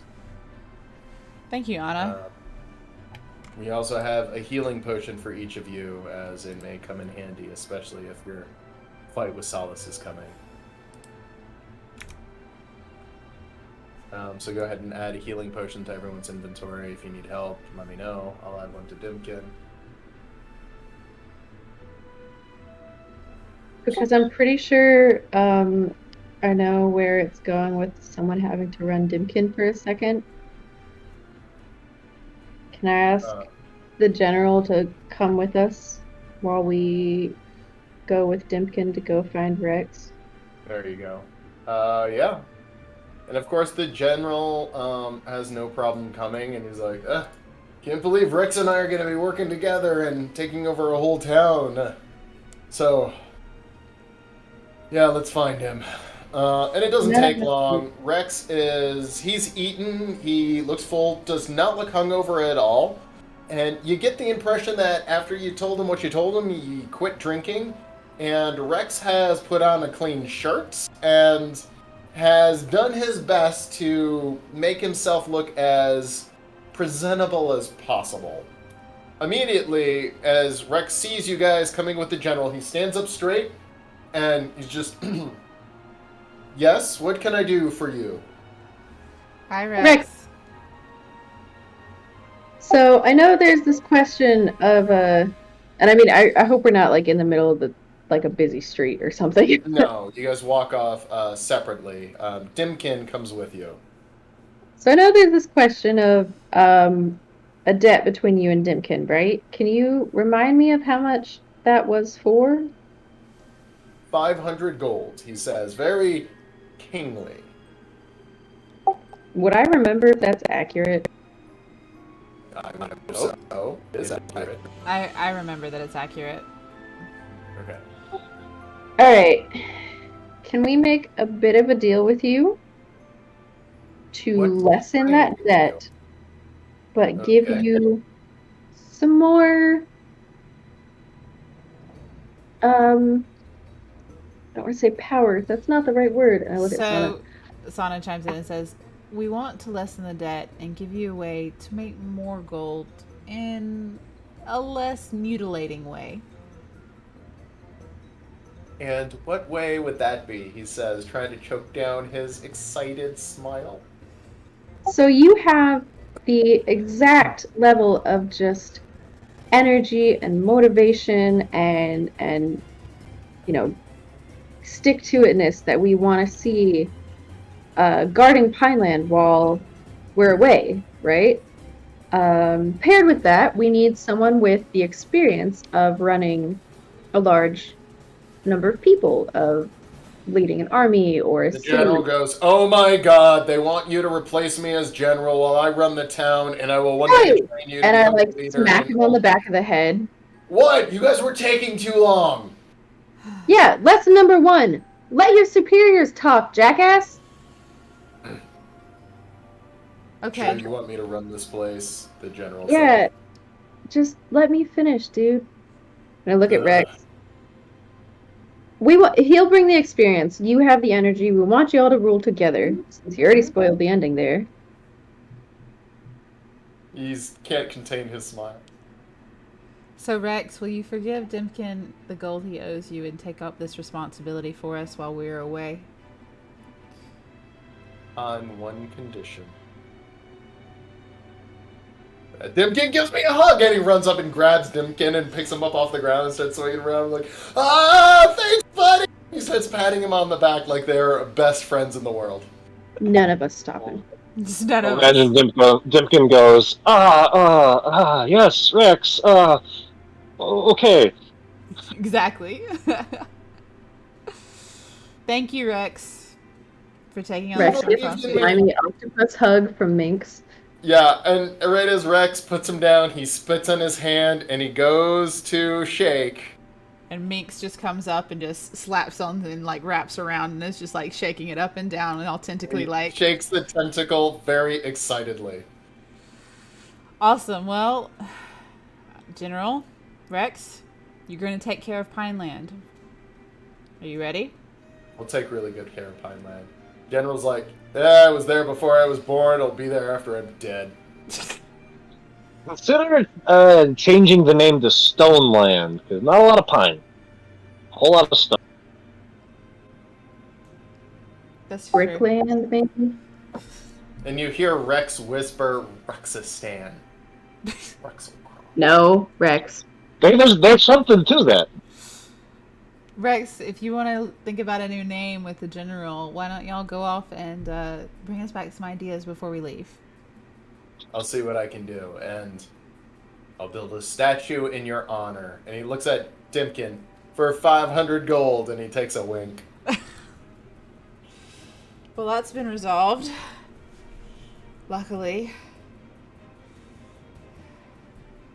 Now, where are the lore hunters? As you guys are going to leave, he stops and goes, you guys are going to the Feywild, I hear. Yeah. Sure you don't want me to go with you? We believe your talents are better suited out here, where people know of you more, and you have more influence, Rex. Thought I'd offer. We need to know the home front is safe while we're gone, alright? I'll keep her safe. Great. Not over my dead body, but over theirs. I'll see you guys. Fair enough. Alright, so what are we missing now? Rex is taken care of. Been put in order as far as I can tell. Alright, well, we just need the keys, and we need to be headed on our way. After a couple hours, your brother, he comes and shows up. And he has 5 just little slats of metal. And he hands all 5 of them to you. To which he just says, the Atropians are going to be using the Feyworlds to collect weapons. I believe they will try to use them against us soon. We need you to do the same so that we're defended against them. We'll be sending in a team using the bow and doing the same thing. Maybe we'll cross paths in there.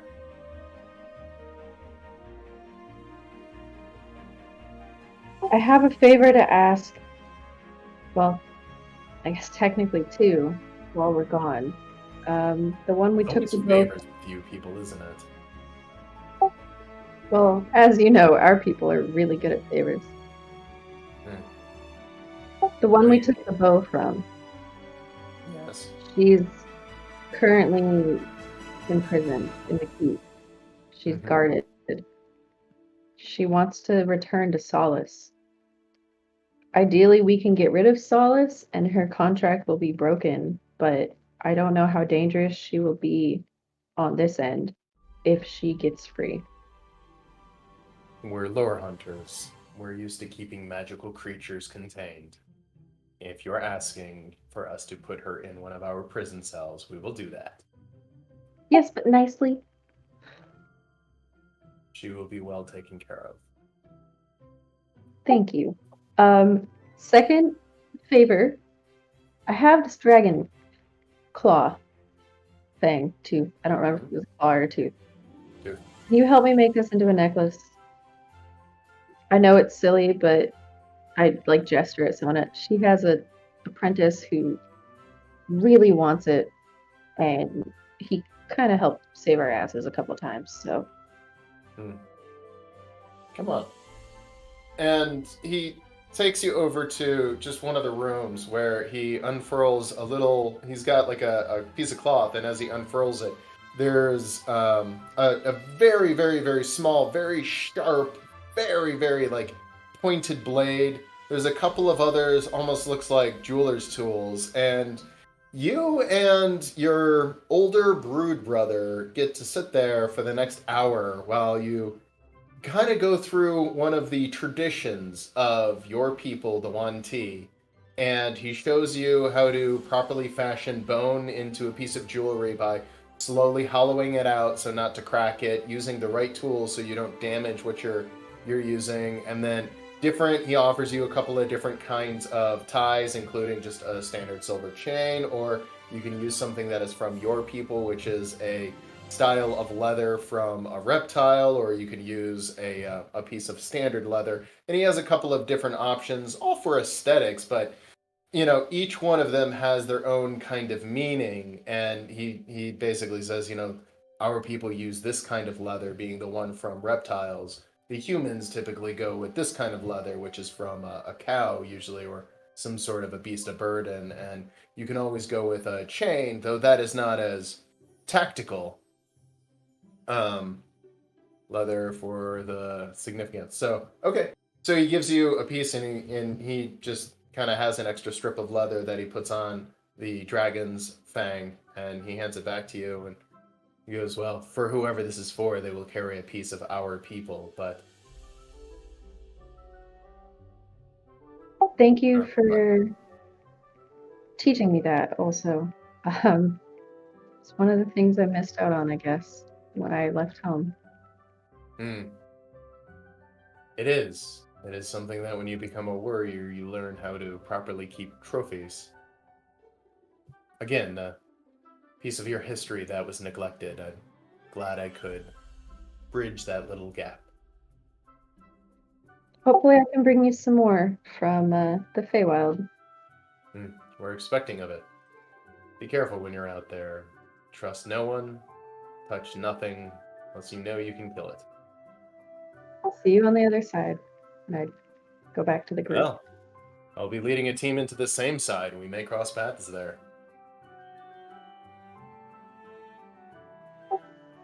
Godspeed.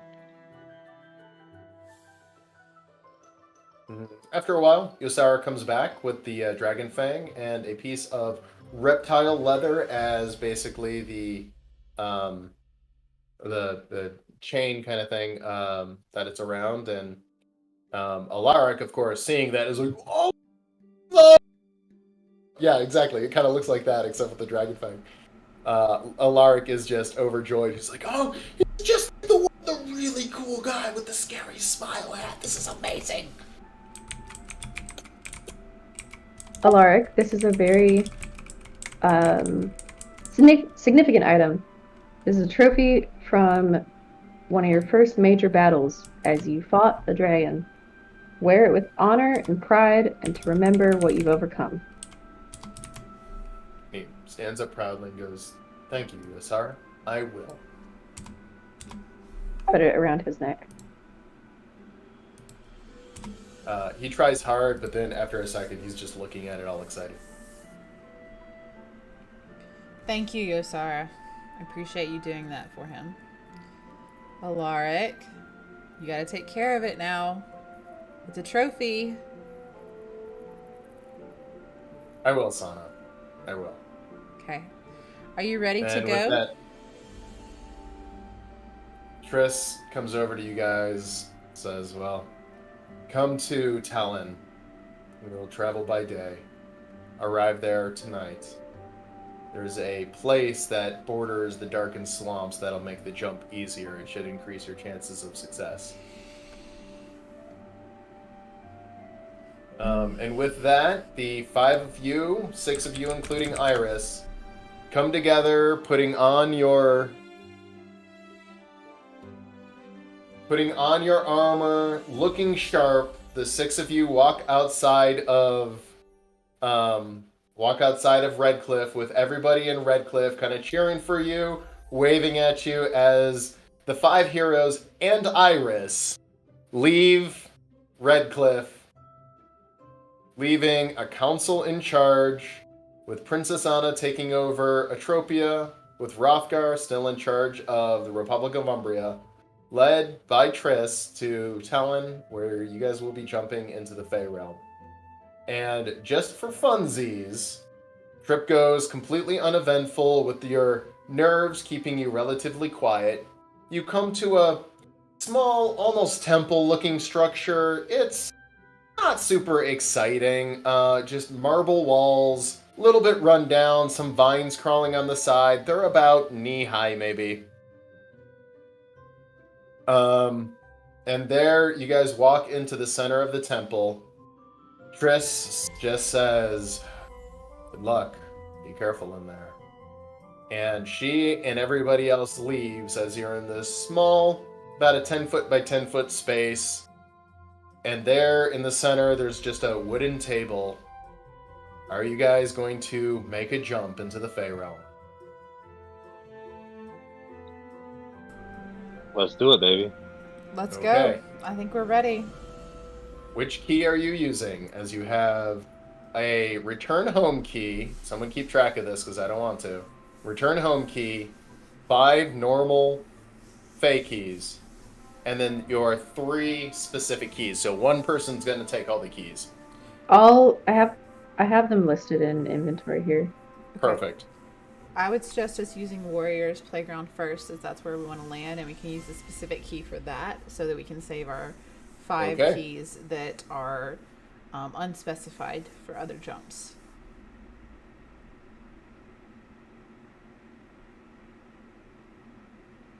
Awesome. Okay. Are we ready? Are we ready? Are we ready? All right. Are you guys ready? Yes. Yeah, vibing. All right. And with that, you're using the Warriors Playground key. Mm-hmm. The 6 of you crowd around. Since Kale owned the key, Kale holds it and is like, "What do I do?" And after a little while, he holds it and just thinks about the Warriors Playground. There's a bright light that emanates from it, and then it seems to reach out and touch each one of the 6 of you. And you feel yourself kind of binding and being pulled together as you realize you're instinctively holding hands with each other.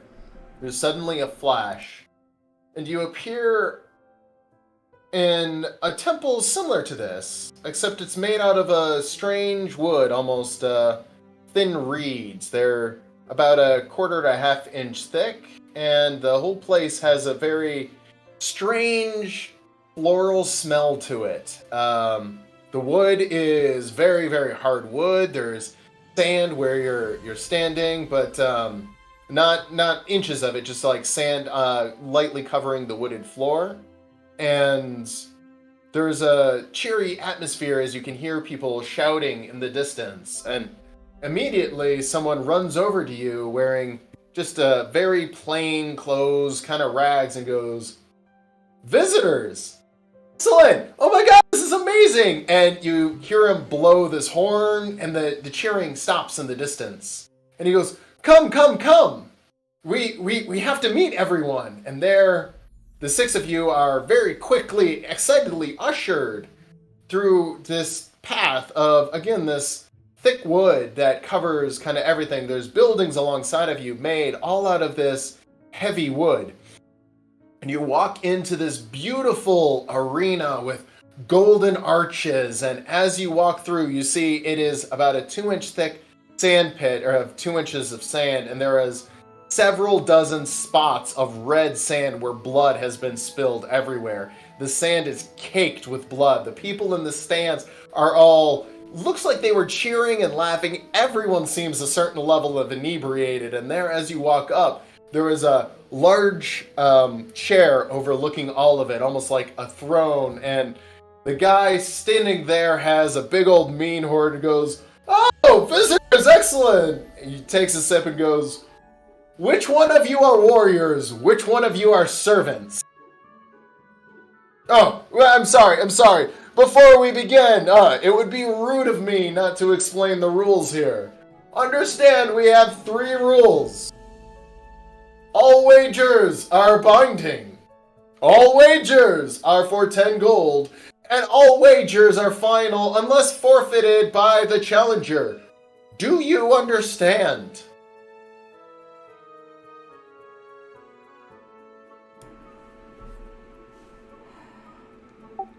Yes. I understand. We understand All right. those 3 As rules. Sana says yes, he goes, accepted. Repeat them back to me. And he looks at you. Oh, great. All wagers are final. All bets are final. All bets are 10 gold. And all bets are completed unless forfeited by the loser or something? Winner? I can't remember exactly. Challenger. I can't hear you, Alex. Sorry, you were too loud. It cut out. Sorry. He goes, what does the crowd say? And you just hear them go, boo! And he goes, all wagers are binding. Not final, but we could have accepted that. But where you said all wagers are forfeited by the loser, that is ridiculous. All wagers are final unless forfeited by the challenger. As I have accepted your wager, you owe me 10 gold. Great. And Here. you realize when we say accepted, you had made a wager. I said yes, though. I didn't say accepted. But when he said accepted, by you saying yes, he said accepted because he asked you a question. And now you start to understand why Kale did not like this place. Deduct 10 gold as he has taken 10 gold from you. That's fine. So they then look down at you and go, so again I ask you, which one of you are warriors? And you hear people shouting out numbers, 1, 3, 4, and you just hear in the stands, accepted, accepted, 2, rejected, accepted, and you realize they're wagering on your answers. And he looks down at you. Which ones of you are warriors and which ones are servants? Can you explain the distinction? Of course I could! And everyone looks. Accepted! The distinction is, number 1, a warrior fights. Number 2, a servant serves. And everyone just kind of laughs. And he goes, what does the crowd say? And the crowd goes, yay! And he goes, that'll be 10 gold. Deduct 10 gold from your gold.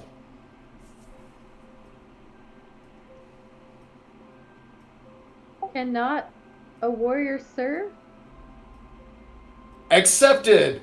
Of course a warrior can serve as long as they are serving in combat. What does the crowd say? And the crowd goes, yeah! He goes, that'll be 10 gold. Deduct 10 more gold from your stash.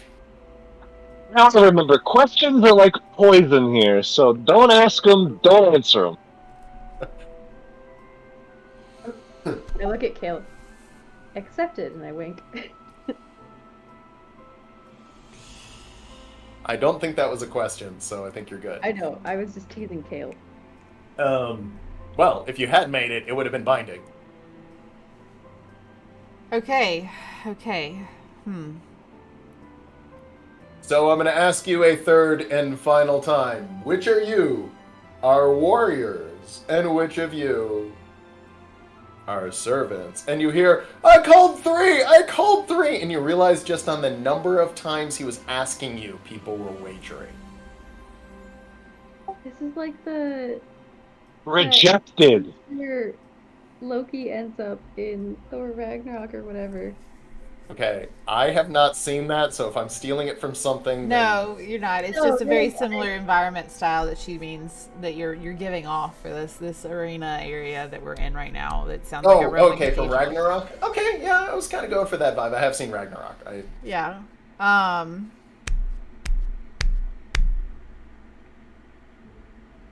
And Kale goes, I'm a warrior... Or, not Kale, sorry. Alaric goes, I'm a warrior, and Iris is like, I'm a warrior.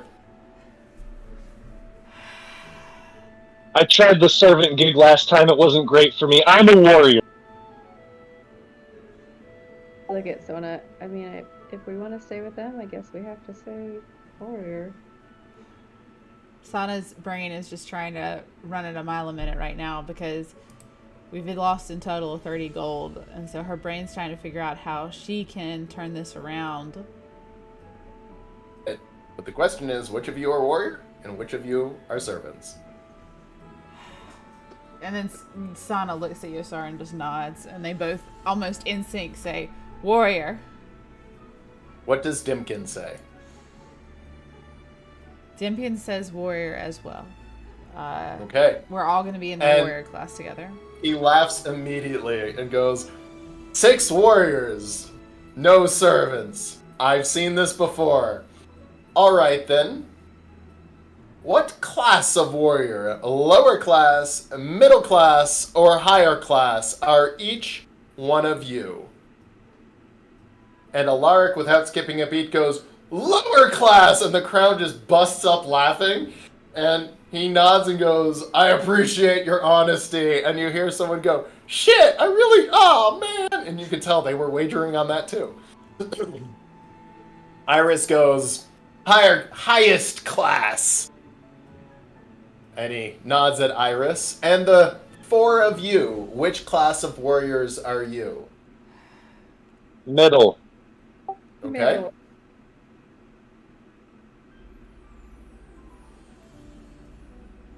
Sana's just sitting there contemplating her existence because she's not really enjoying any of this. Let's go with it. And Sana just rolls her eyes honestly and goes, higher class. In an almost exasperated voice. What's Dimkin say? I think he would stick with Kale and say middle class. All right. And they go, well then, we'll have to test you out. My friends, we have some new contenders. Let us see if they really are the class they claim. And with that, the person who ushered you in goes, oh, now comes the fun part. You'll get to fight soon. Come on, I'll take you to the staging pits. And they usher you not into the stands, but into the lower part, think like Coliseum in the underpit, where they begin to divide you guys up by what class of fighter, starting off with Alaric, and they go, you'll be first in the lower class fights. They're still going on. And Alaric's like, okay. And as he goes to walk out, they open the gate and immediately are just dragging in 2 completely cut in half mangled bodies. And that's where we're going to go ahead and end our session as Alaric is about to walk out into the fighting pits. Whoa, go Alar. Oh, Alaric, darling. We're going to have to see what we can do to help you. This will be fun. And welcome to the Fey Realm, which is like Samurai Valhalla. Yeah. A little bit. Or Warrior Playground, which is Samurai Valhalla. Oh my gosh. Okay. All right. Is there anything else we want to add? Let's make some money. Fair. Anything else we want to add before we are done? Well, I hope you guys enjoyed, and I know this episode was a little weird as we were completing one campaign and starting a new one, but what better time to go live than the present? Exactly. And please subscribe if you haven't already so you'll be alerted. We will be live next Wednesday. And please give us any feedback or comments in the section. But thank you guys so much for joining us. We really appreciate it. And that's going to be the For the Win out for the end of the stream. So thank y'all so much.